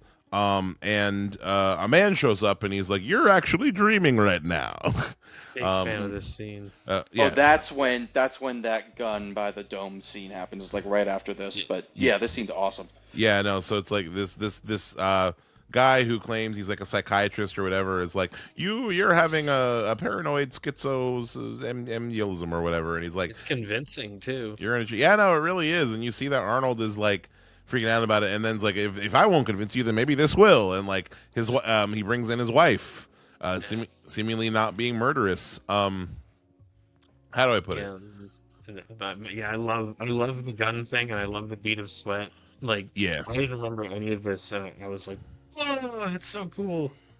The only thing about the bead of sweat though that actually you know what, never mind, scratch that. I was gonna say like the bead of sweat, like wouldn't anybody be nervous with a gun pointed to the head? But it's like, well, no, if it was, Yeah, because he mentions it. If he mentions like, oh, if you're not real, then I could kill you. No, never mind. So ignore. He's like, ignore "Yeah, you me. can't kill me, but you just be screwing yourself over." And he's just like a little, like, tiny bit too frantic about it. I know we're gonna talk about it later, but this is making me realize that like this version of this scene in the remake is so much worse because they try to so pull long. they try to pull a lot of those kind of things like why are you wearing a bulletproof vest then? And every time he says something like that, he's like, because your mind put me into it. Yeah, because that's what your brain That's wants what you me want. to do. Exactly. And it's like, And it's so it's just a cop out. unconvincing, and it goes on for so long. It's just a cop out. Yeah. But anywho, so yeah, we get this whole scene where it's like, are you actually asleep or are you not? And yeah, so the psychiatrist sweats, showing that, you know, like, oh, he's afraid of dying, so Quaid shoots him, and then we get a little fight scene with the wife, and then Quaid kills Sharon Stone. Yep. And then when Richter Consider it a divorce. consider that a divorce. Psychopath, actual sociopath. There's another little chase. And then we start a chase scene with Richter and the goons, and Richter is extra mad because Quaid killed his wife. You know, yeah, real more reason for Michael Ironside to be mad. He's definitely like determined to kill him at this point. Yep. Quaid and Benny book it back to the last resort, and fucking they have a secret passage in the back of the club. Yep. And during the scene, Richter and his goons have a little scene. He shoots the three boob lady. I think he kills her. And then what's it called? And then basically he just kind of like tortures this club of mutants. You know, like he's has them all hostage. Yeah, this movie has an incredibly high collateral damage / innocent civilians killed ratio or count. You gotta use those squibs somehow, man. You gotta use them on somebody. Exactly. Yeah. Verhoeven loves his squibs, like his violence and his squibs. Me too. all the squibs. All the squibs. So yeah, so we're in. We're in the underground tunnels, heading towards Quato. It is Quato. Yeah, Quato. Quato, yeah. Who basically the plan is there's information in Quaid's head that's like dormant that Quato's going to be able to get because he's a psychic. Yeah. And we talked a little. Quato's been here the whole time. Yeah, but he's been one of the guys in the bar the whole time, kind of. Maybe Quato is just the friends we made along the way. Exactly. I feel like you'd definitely be able to see Quato through that guy's shirt. Well, no. He like forms out of him because he takes his shirt off at first, and he's got a Quato like he can turn Quato on and off. You know what I mean? Blood into Quato. Yeah, like he bursts him out of his brain, so he goes like on a comatose. Yeah. Only one of them can be active at any given time. Yeah, that's how they definitely make it seem. They share it's like two souls sharing one body type shit. Such a great puppet though. It's got like a voice you wouldn't expect it to have too. This raspy little voice. It's so moist and wet. Moistness helps things feel more alive and real for sure. And Again, they put in the time to like animate its mouth to work like perfectly. Like it looks like a character speaking. Mm-hmm. Yep, it reminds me of The Thing once again. The Thing is very, very good with that. Where all like again, my first thought is, of course, besides like the puppet, like when like the hands go in for the defibrillator, but also like the dogs at the start of The Thing, where it's just very gross, slimy, and just all the little details of the puppets Fleshy. there. So, fleshy. Yeah. fun fact about Quad, I'm learning from Wikipedia right now. It's the actor who plays the man, who is George. His name is George. I don't remember them saying his fucking name at all. But the actor who plays the dude, the man, is also the voice actor of Quado. So That's crazy. That's cool. he does wave voice. But and also, something I want. It's interesting how Wikipedia actually describes. Be back in a second. Wikipedia describes them as conjoined twins because it says Quado is the mutant leader of the Martian Resistance, conjoined to his twin brother George. So that's how Wikipedia is defining Let me introduce you to my brother Quado. my bro. Talk about the short end of the stick. Who do you think got the short end? The psychic monster or the guy that carries the psychic monster? I think I'd rather be the guy that like walks around and is in a shirt all day. What? Touche. You'd rather be? Yeah, I guess that makes sense. Walking around and then you have your man baby brother come out of your stomach. You just take care of your little bro, you know. What do you think? Feed him Cheez-Its and stuff. No, I just had this mental image of George. They're like laying on the couch and he's fucking like you thirsty, bro? You just poor little. He's just at like a diner and asks for Coke, and he says Pepsi okay, and Quado's just like no. Dr. Pepper. Or what if, like, do you think, because Quado has little hands, do you think they, like, play video games together? Like, I got 2 Joy-Cons here. You think they play video games together? Like, here, bro. They both, like, at half mental capacity while they're playing, so... They're, like, playing Mario Kart, just, like, running into walls and stuff. Yeah, but great puppet design, very memorable. Also, and once again, this scene is just so much better than the fucking version in the remake because, like, they're saying the same shit. He's saying, a man is defined by his actions, not by his. Yeah, but it's so much less cool. like I don't know, it's fucking Bill Nighy doing his shitty American accent. Like, I'm not convinced as much as this like man baby protruding from this man's chest. Bill Nighy's terrible. I gotta stop talking about the remake. We'll get to it. It's soon. It's just gonna be us scratching it. We're barely even gonna like go into the plot. Soon. It's just gonna talk about all the stuff that sucks. But I like the little shake that Quado does. Does when he grab my hand. I feel like Arnold didn't hesitate enough to grab his hands. Like it's like. Honored. I'm honored to grab your hand. No, you're weird little wet. You're too enthusiastic. His wet baby hands. I'd be like, I don't know. Give me a kiss. Wait, what if that's? I'm sorry. What if that's how he has to, like? I can only empty your mind. I can only do it if you kiss me. We were through an open mouth kiss. You must put my little baby hand in your mouth. This weird shit. I'm literally never gonna watch this movie the same way again. Thanks, guys. But as a kid, I also definitely remember the whole empty your mind. Yeah, definitely big weird scene. But yeah, so on to fall asleep. Yeah. So he unlocks some McQuaid's memories of Hauser, and the main important thing is there's a big alien Martian machine underground that we don't necessarily know what it can do at this point, but like it has the power. It's like Cohagen doesn't want to turn it on because it's going to destroy all of the fucking unobtainium or whatever. Because that's the thing. He's mining. He's also the one. He's also profiting off of people not having air. So like if Mars is terraformed, then he's completely dispowered. Like he has no power anymore. Yeah, the machine. We find out the machine can basically will make Mars air breathable. We'll give Mars a breathable atmosphere, and Cohagen would lose all about blue sky on Mars. But what's it called? So he has the vision, and in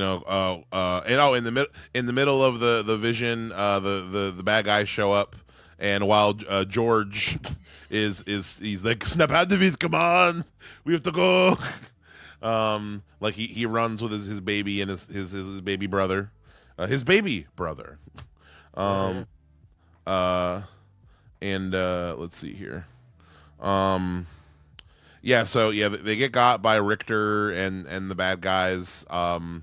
and Watto gets killed, and it's really sad because he turn on the reactor, save Mars, and there's a sad slow mo shot of him getting shot in his baby head.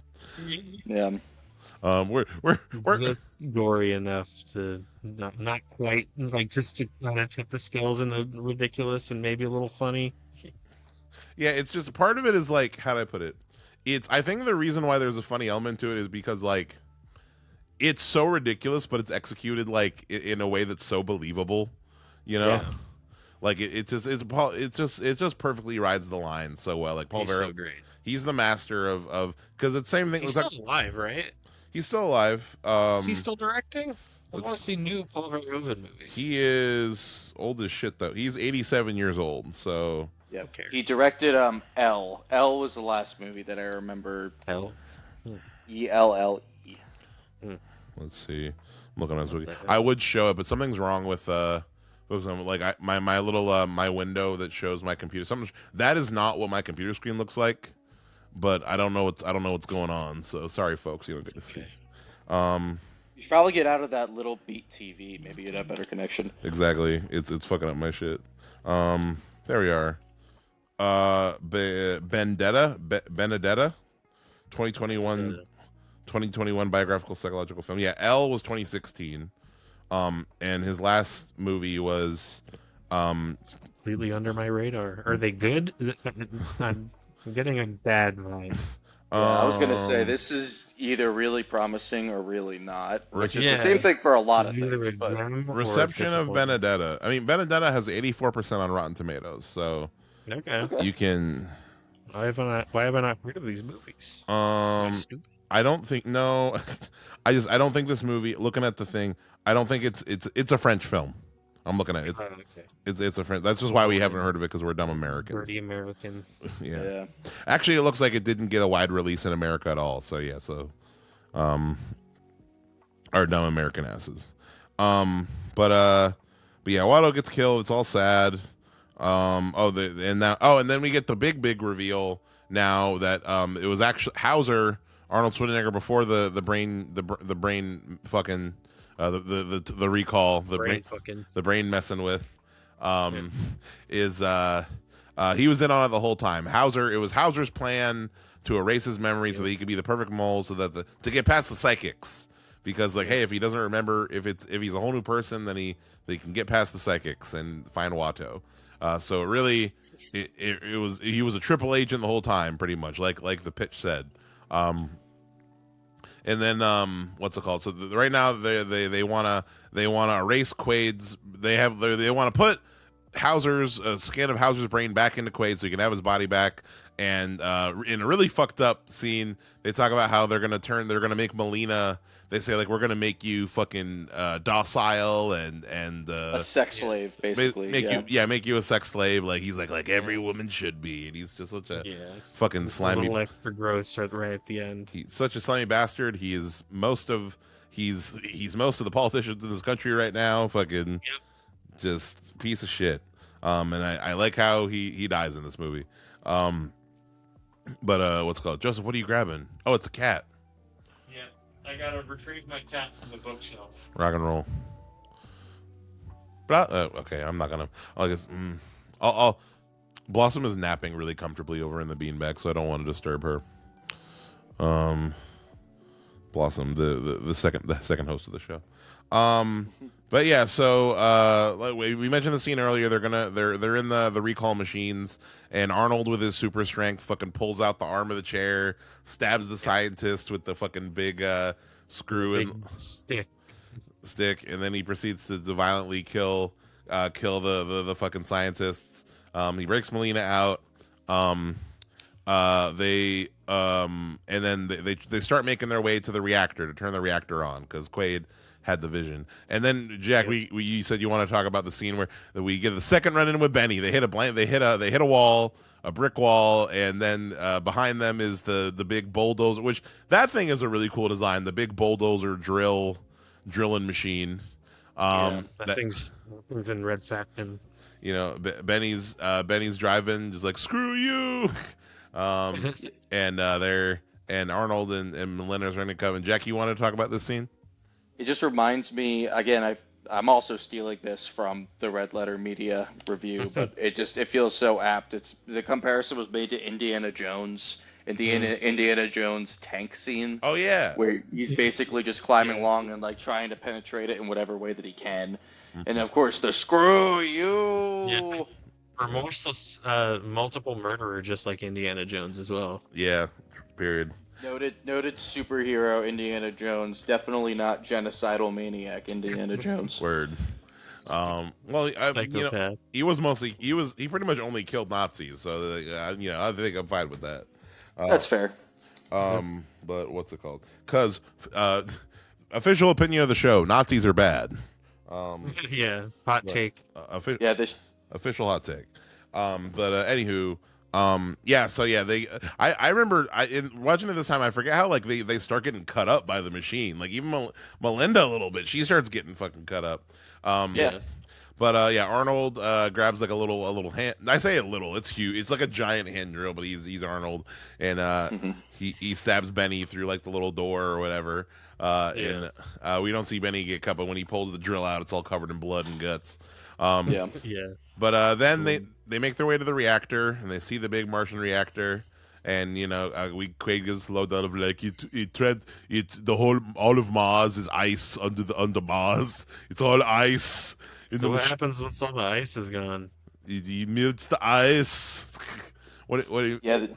Yeah, just gravity just doesn't work to the point where if you melt the core, like, all right, well, everybody can breathe. Bad news is gravity doesn't exist. Yeah, dude, there's way less Yeah, gravity. you're burning up the mass of Mars. Yeah.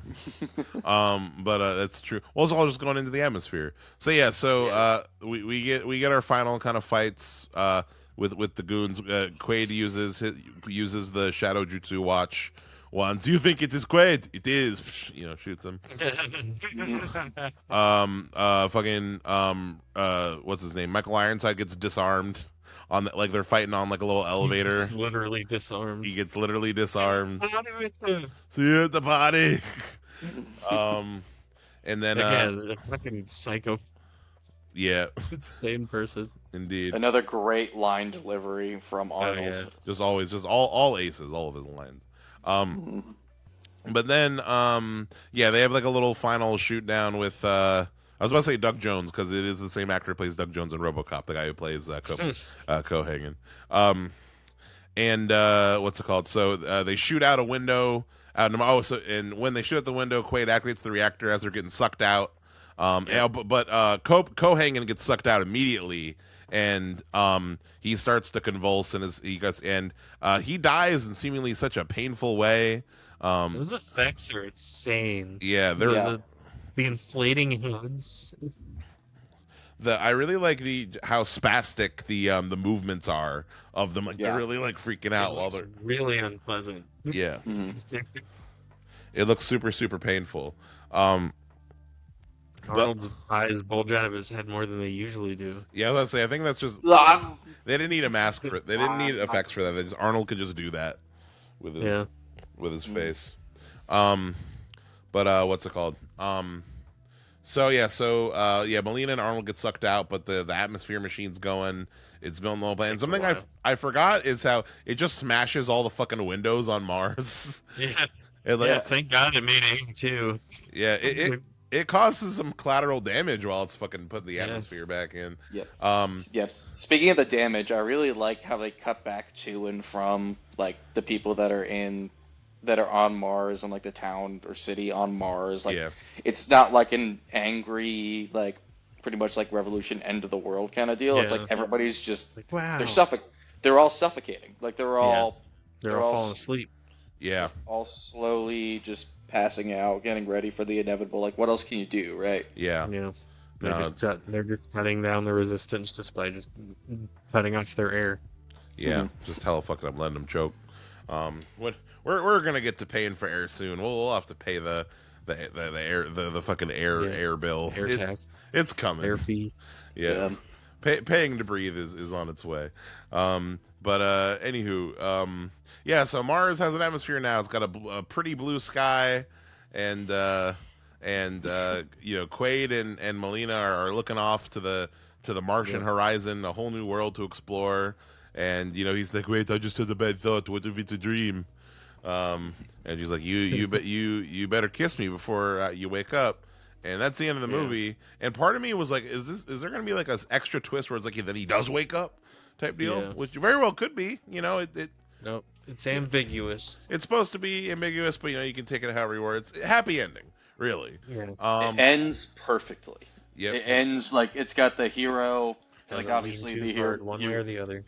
Yep, it's just one little line, Yeah. but it's played up for just a satisfying conclusion, and it lets you have the conversation with people afterwards. Exactly. It's not. It doesn't. It's a great pre-date movie. Mm-hmm. Yep. And yeah, that's Total Recall. I have Classic. one question for you, Elsie. You got the Wikipedia in the background. What does it say at the end? Does it like provide its own? Does it just like say, "Oh, it's ambiguous"? I've always been curious about what it says. As everyone beholds the now blue sky, Quaid momentarily wonders if everything was a dream before he and Melina kiss. That's how Wikipedia has That's it. it. So pretty That much. is true. That is how it ends. Yeah, like the literal last shot. But yeah, no. So I think which to me still reads as like it can be ambiguous. Like maybe it's a dream, maybe it's not. The way I interpret both of them, I feel like we obviously have the opposite opinion, but like the way that this movie makes me feel is that it's real at the end, and the way the remake to me reads more like it's a dream at the end. But that's just kind of how everything ends up, kind of too perfect. But like, yeah, we'll get to it. Because I said, I think the thing about it is that it's more realistic that shit would still be fucked, and because the remake, it would feel more natural to me that the remake had that darker ending where like, yeah, it actually is all a dream and he's lobotomized. Whereas like because this movie, I don't know, like especially because Paul Verhoeven movies also usually like he usually ends on a lighter, like RoboCop ends on like a lighter note. Starship Troopers, even though it's fascism, Yeah. people are smiling. It's its own kind of they get the brain bug. Yeah, it's like a happy sad ending. It's like a happy. Should we be happy about this ending? Just like Starship Troopers. Yeah. I think for me, I think the reason I'm so staunchly like it's a dream is I think the concept of recall is so like core to the identity of this movie, and then the amount of time spent on explaining what it is and how it'll feel and like what all will be in the dream. It just makes way more sense in my head that this one is a lot more centered, or at least the narrative, or I mean maybe not the narrative, the dialogue. It is a lot more recall centered. Yeah, what it is in terms of it just being like a spy story, it's just it's doing something. Like, we set up what it's supposed to do, and then it does something completely different. So it's like, why would we spend all this time? Like, I know it's supposed to be ambiguous, but to me, it feels like that's the ultimate twist. Like, that really ties the whole movie together at the end for me. Yeah. This was just him looking for some adventure. Yeah, I'm on this. You and I are on the same page. Yeah. But I respect your. I think LC's interpretation is equally valid, though. To be honest. Yep. But... Yeah, it ain't about the destination; it's about the journey. It's about the time that those guys' arms come off. Yeah. All the dead civilians. They get horribly murdered. The gore, the exploding heads, all of it. The real lesson was the three boobied ladies along the way. Needing 3 hands. Yeah. Maybe also, I just realized it's a line that makes sense for Benny to say, but in the remake, like, why would that be her? Like, it's kind of a weird pitch for her. Make you wish the you had 3 studio was hands. like, make it more like the original, make more references to the original. Yeah. So yeah, that was the original Total Recall. Go check it out. It is not streaming for free anywhere. Not even on our Lord and Savior Tubi.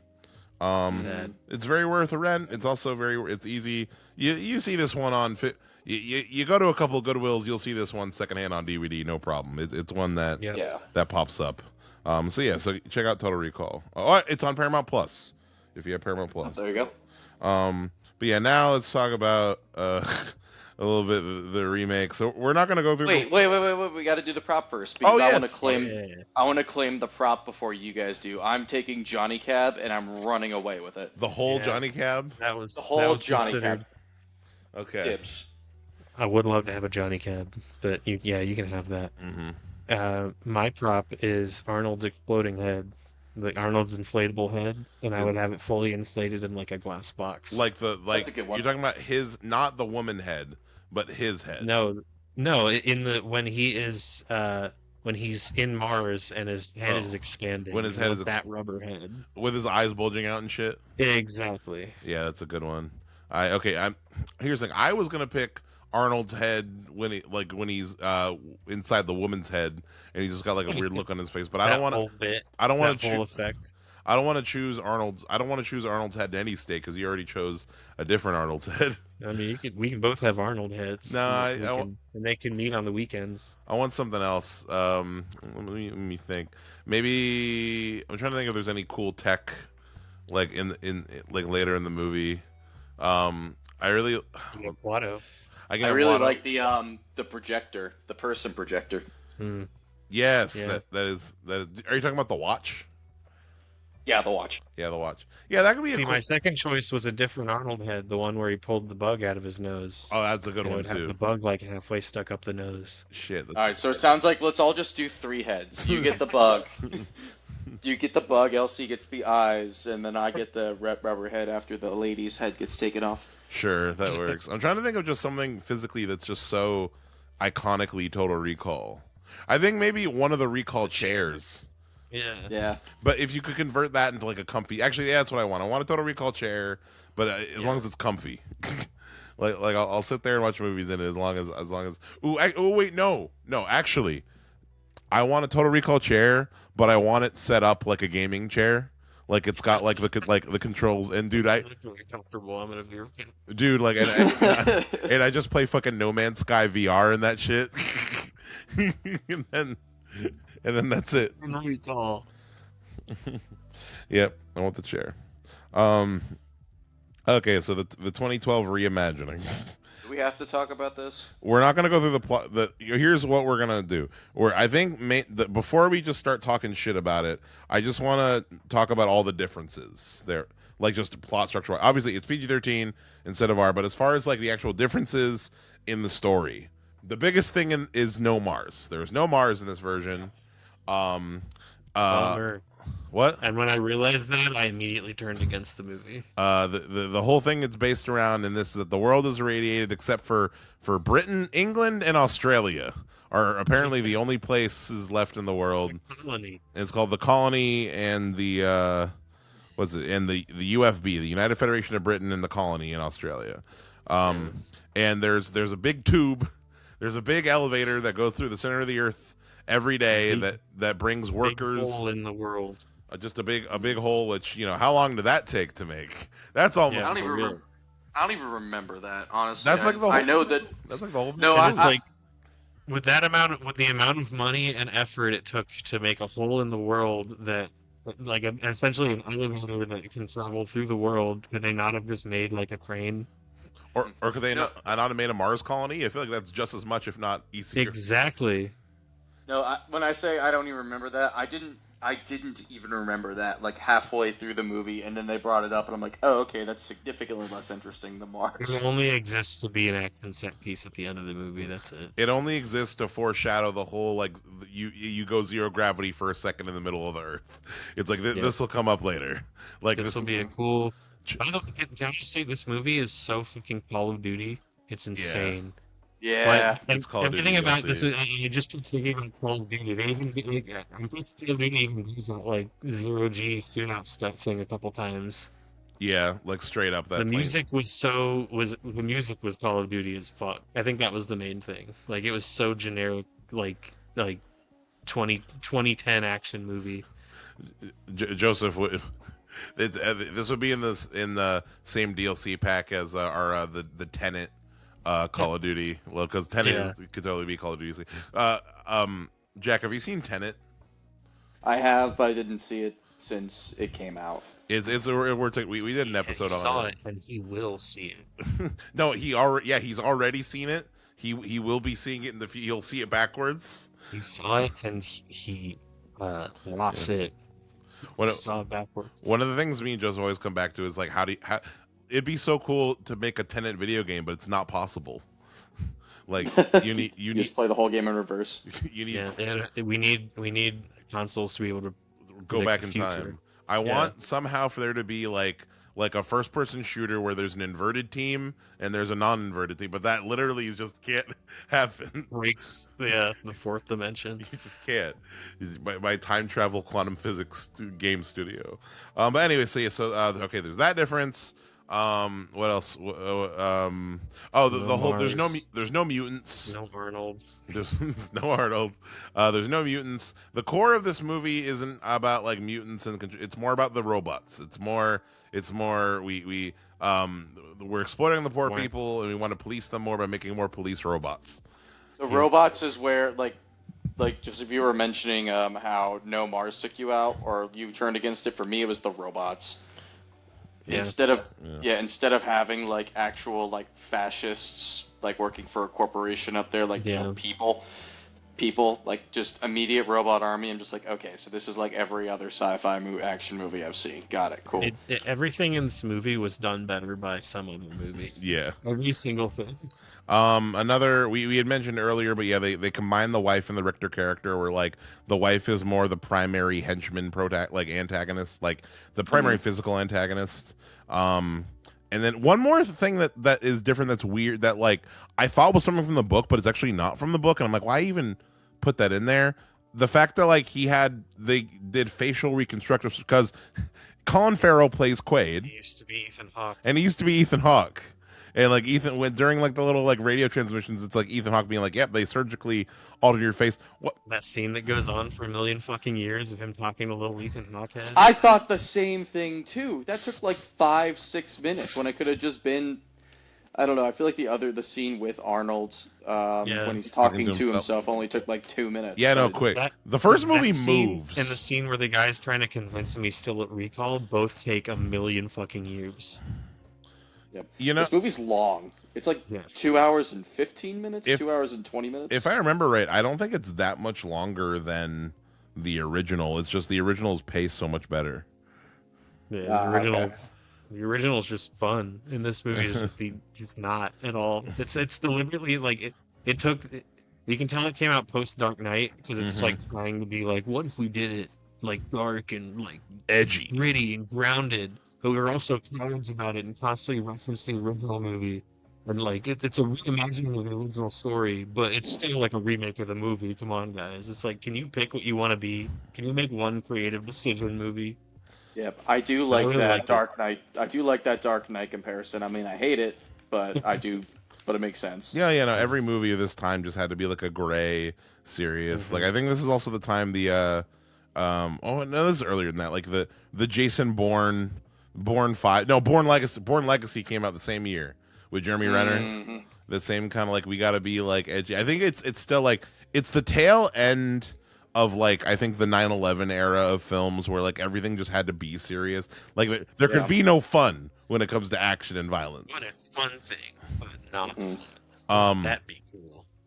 But no, I was saying with the Ethan Hawke thing, it doesn't add anything. No. They really don't do much with it, like with the whole like changing his face, like nope.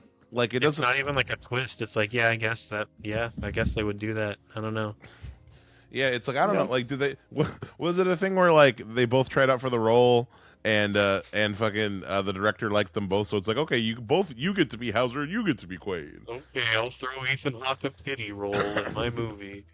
Yeah, it's like Oprah. Like, you get a role. Yeah. You get a role. Also, exactly. Ethan Hawke had the easiest check, fucking ever, because he just had to sit and have his head be recorded.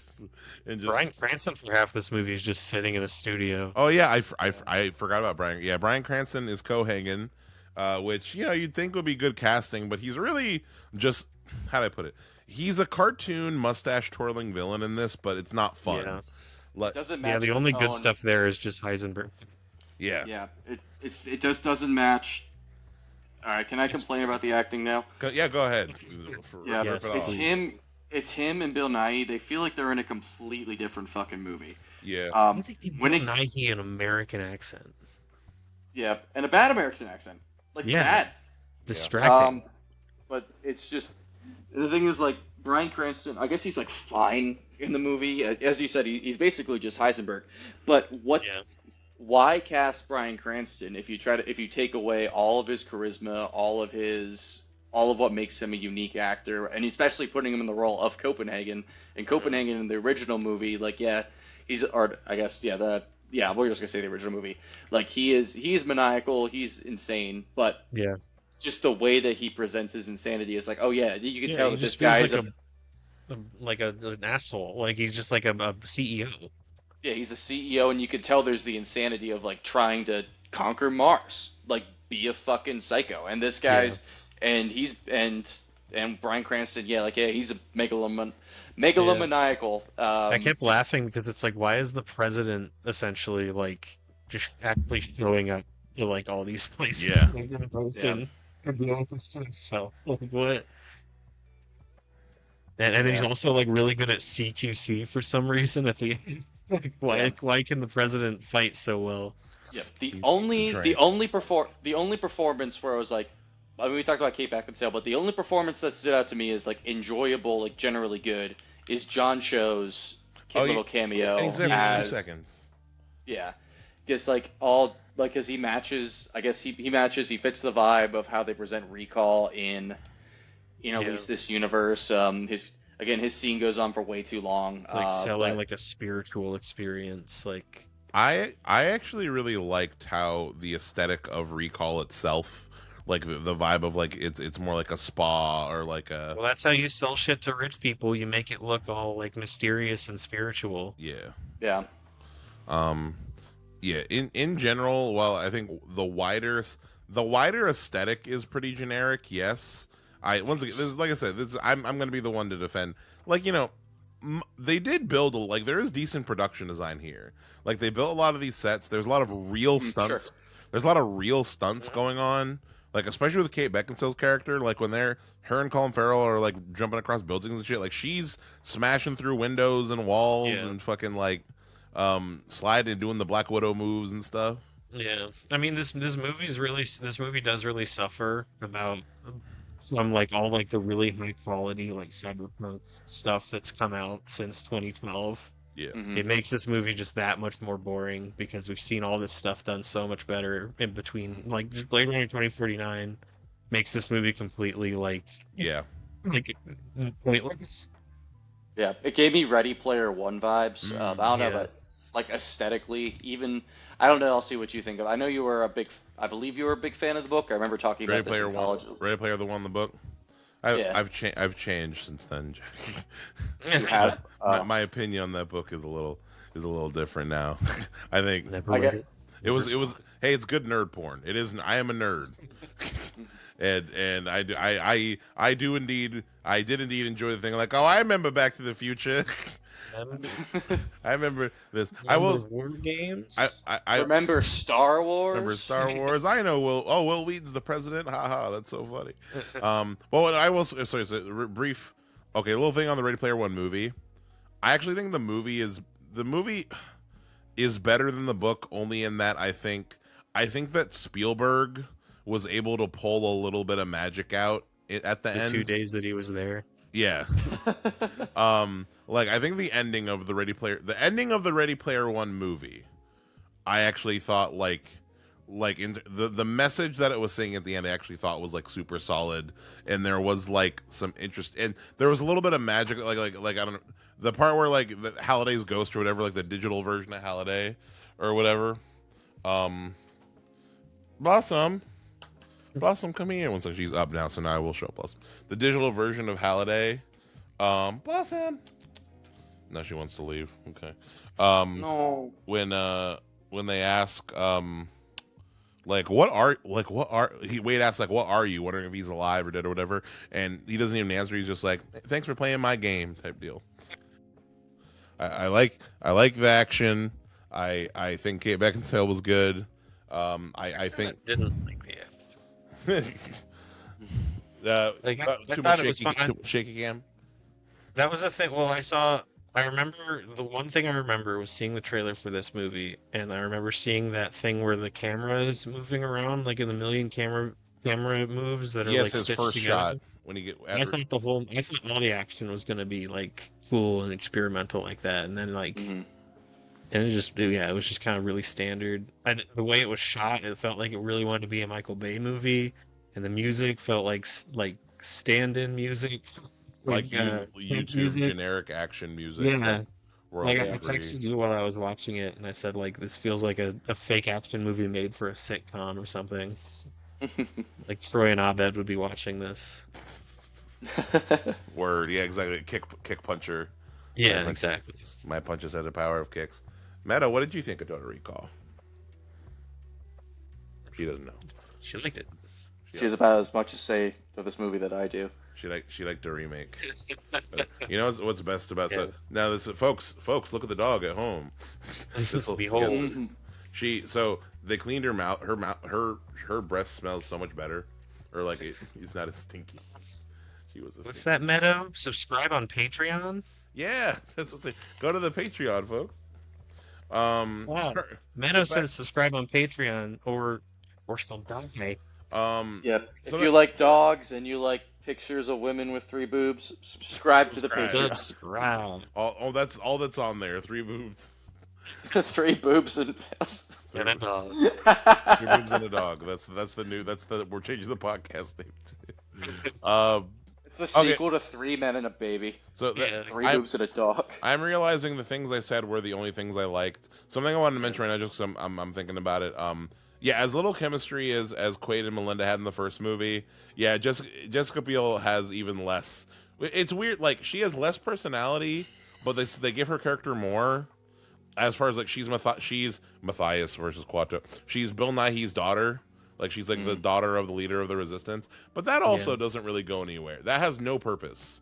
Like Yeah, it's just kind of like the passing. It felt like a passing comment. It's just like, all right, that's It's like, who cares?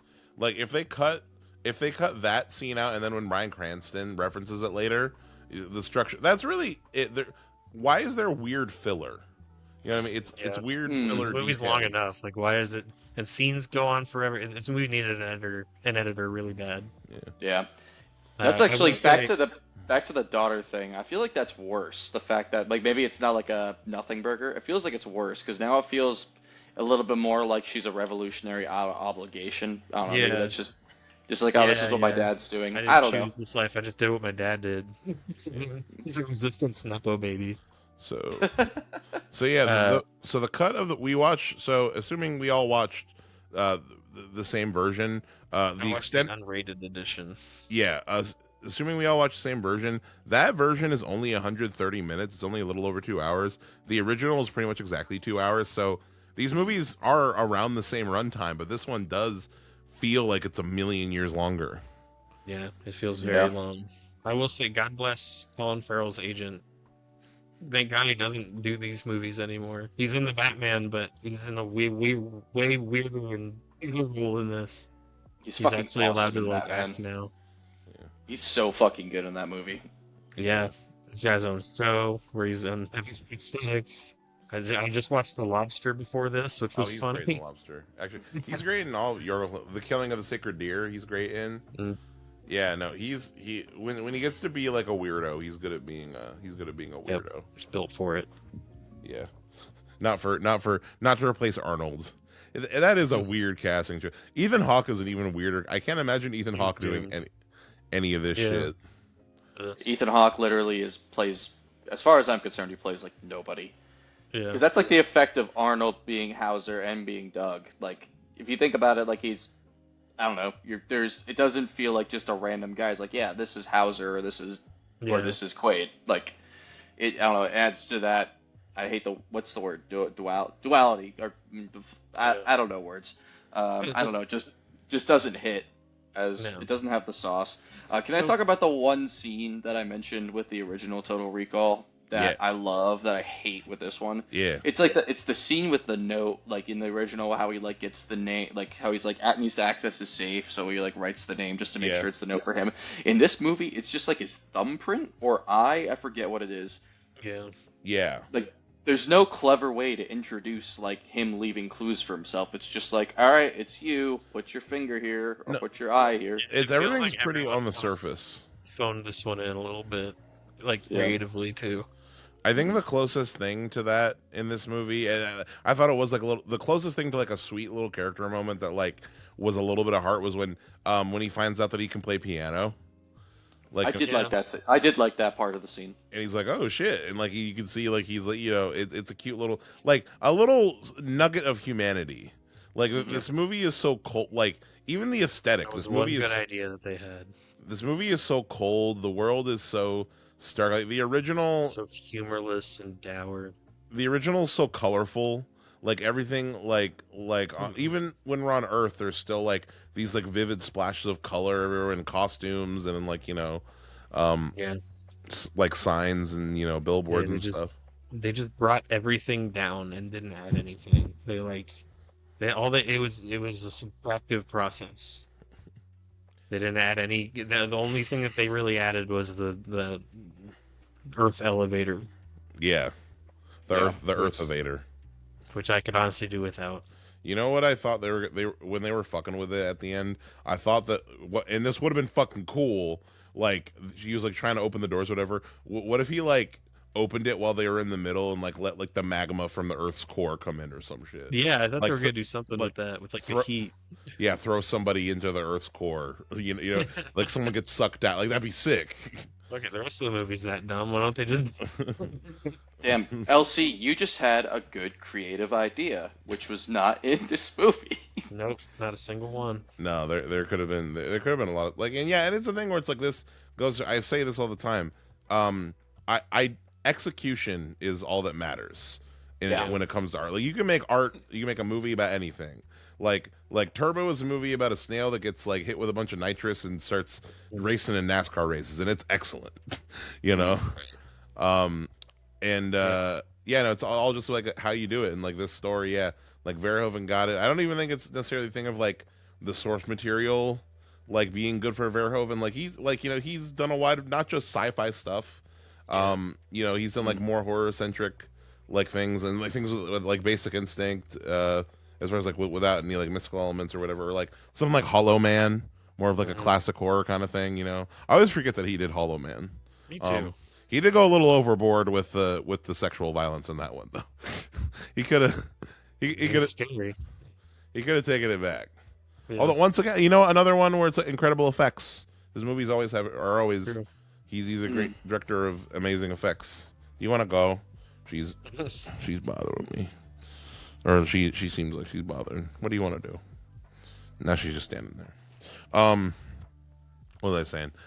Yeah. So I'm trying to think anything else to say about Total Recall, the I remake. literally have nothing else to say. I'm No. sorry. Where I'm is it? trying. Don't watch it. Watch the original though; it's really fun. Watch the original. Don't watch this one.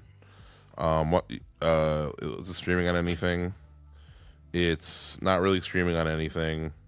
I had to rent it on Amazon.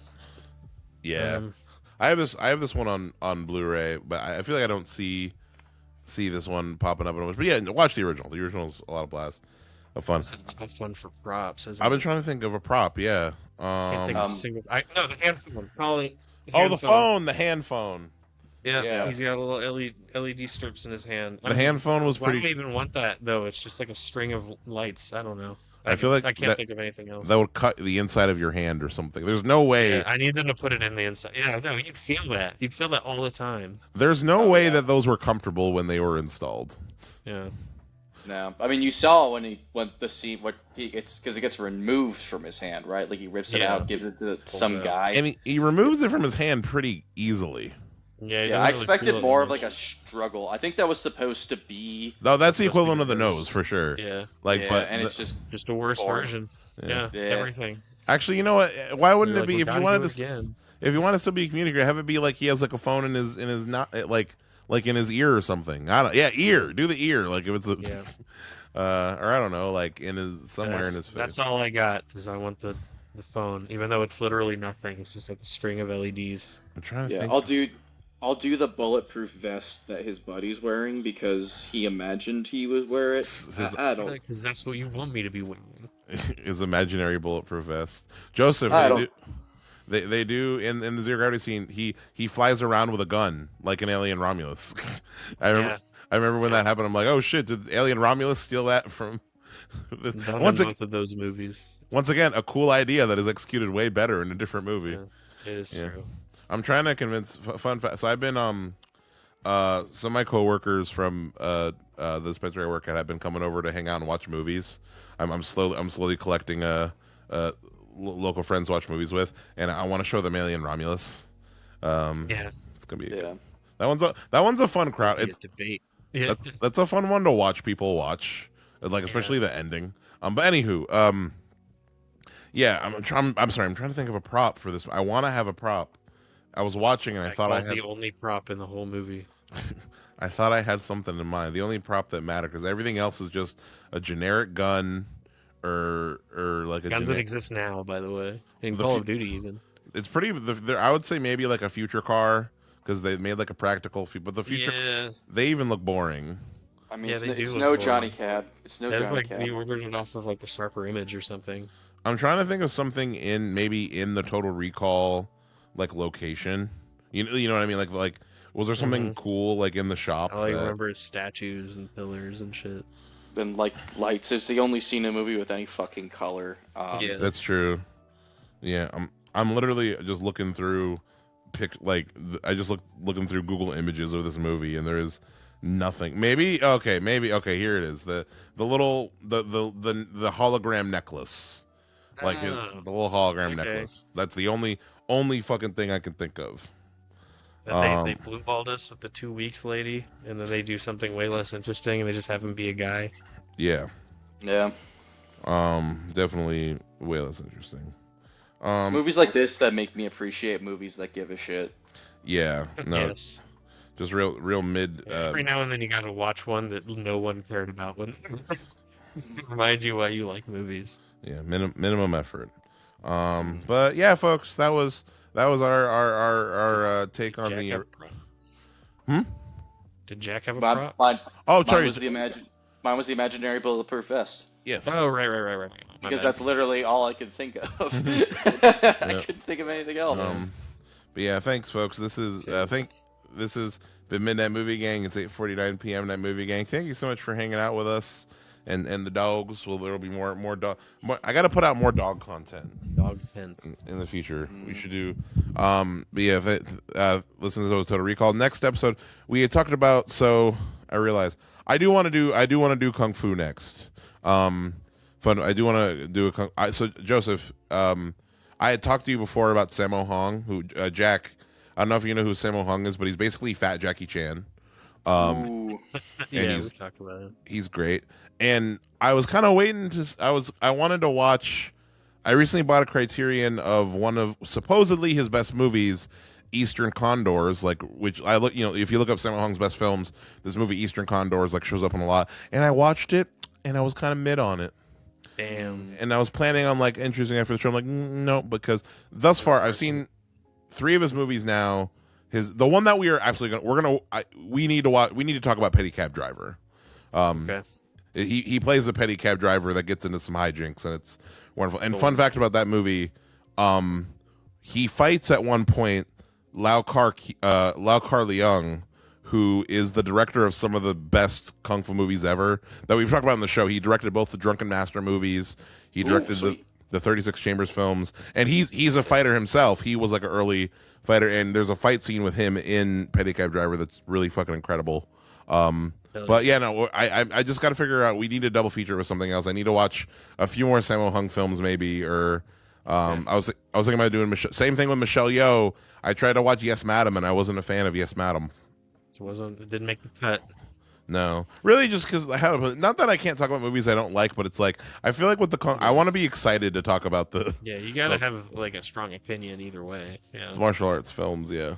But it'll be next episode is gonna be Petty Cab Driver and something else. Maybe we'll do maybe we'll do a modern. We'll do a modern martial arts because we talk about the old ones a lot. Maybe we'll pair it with something modern. You seen the Grandmaster? Have not, no.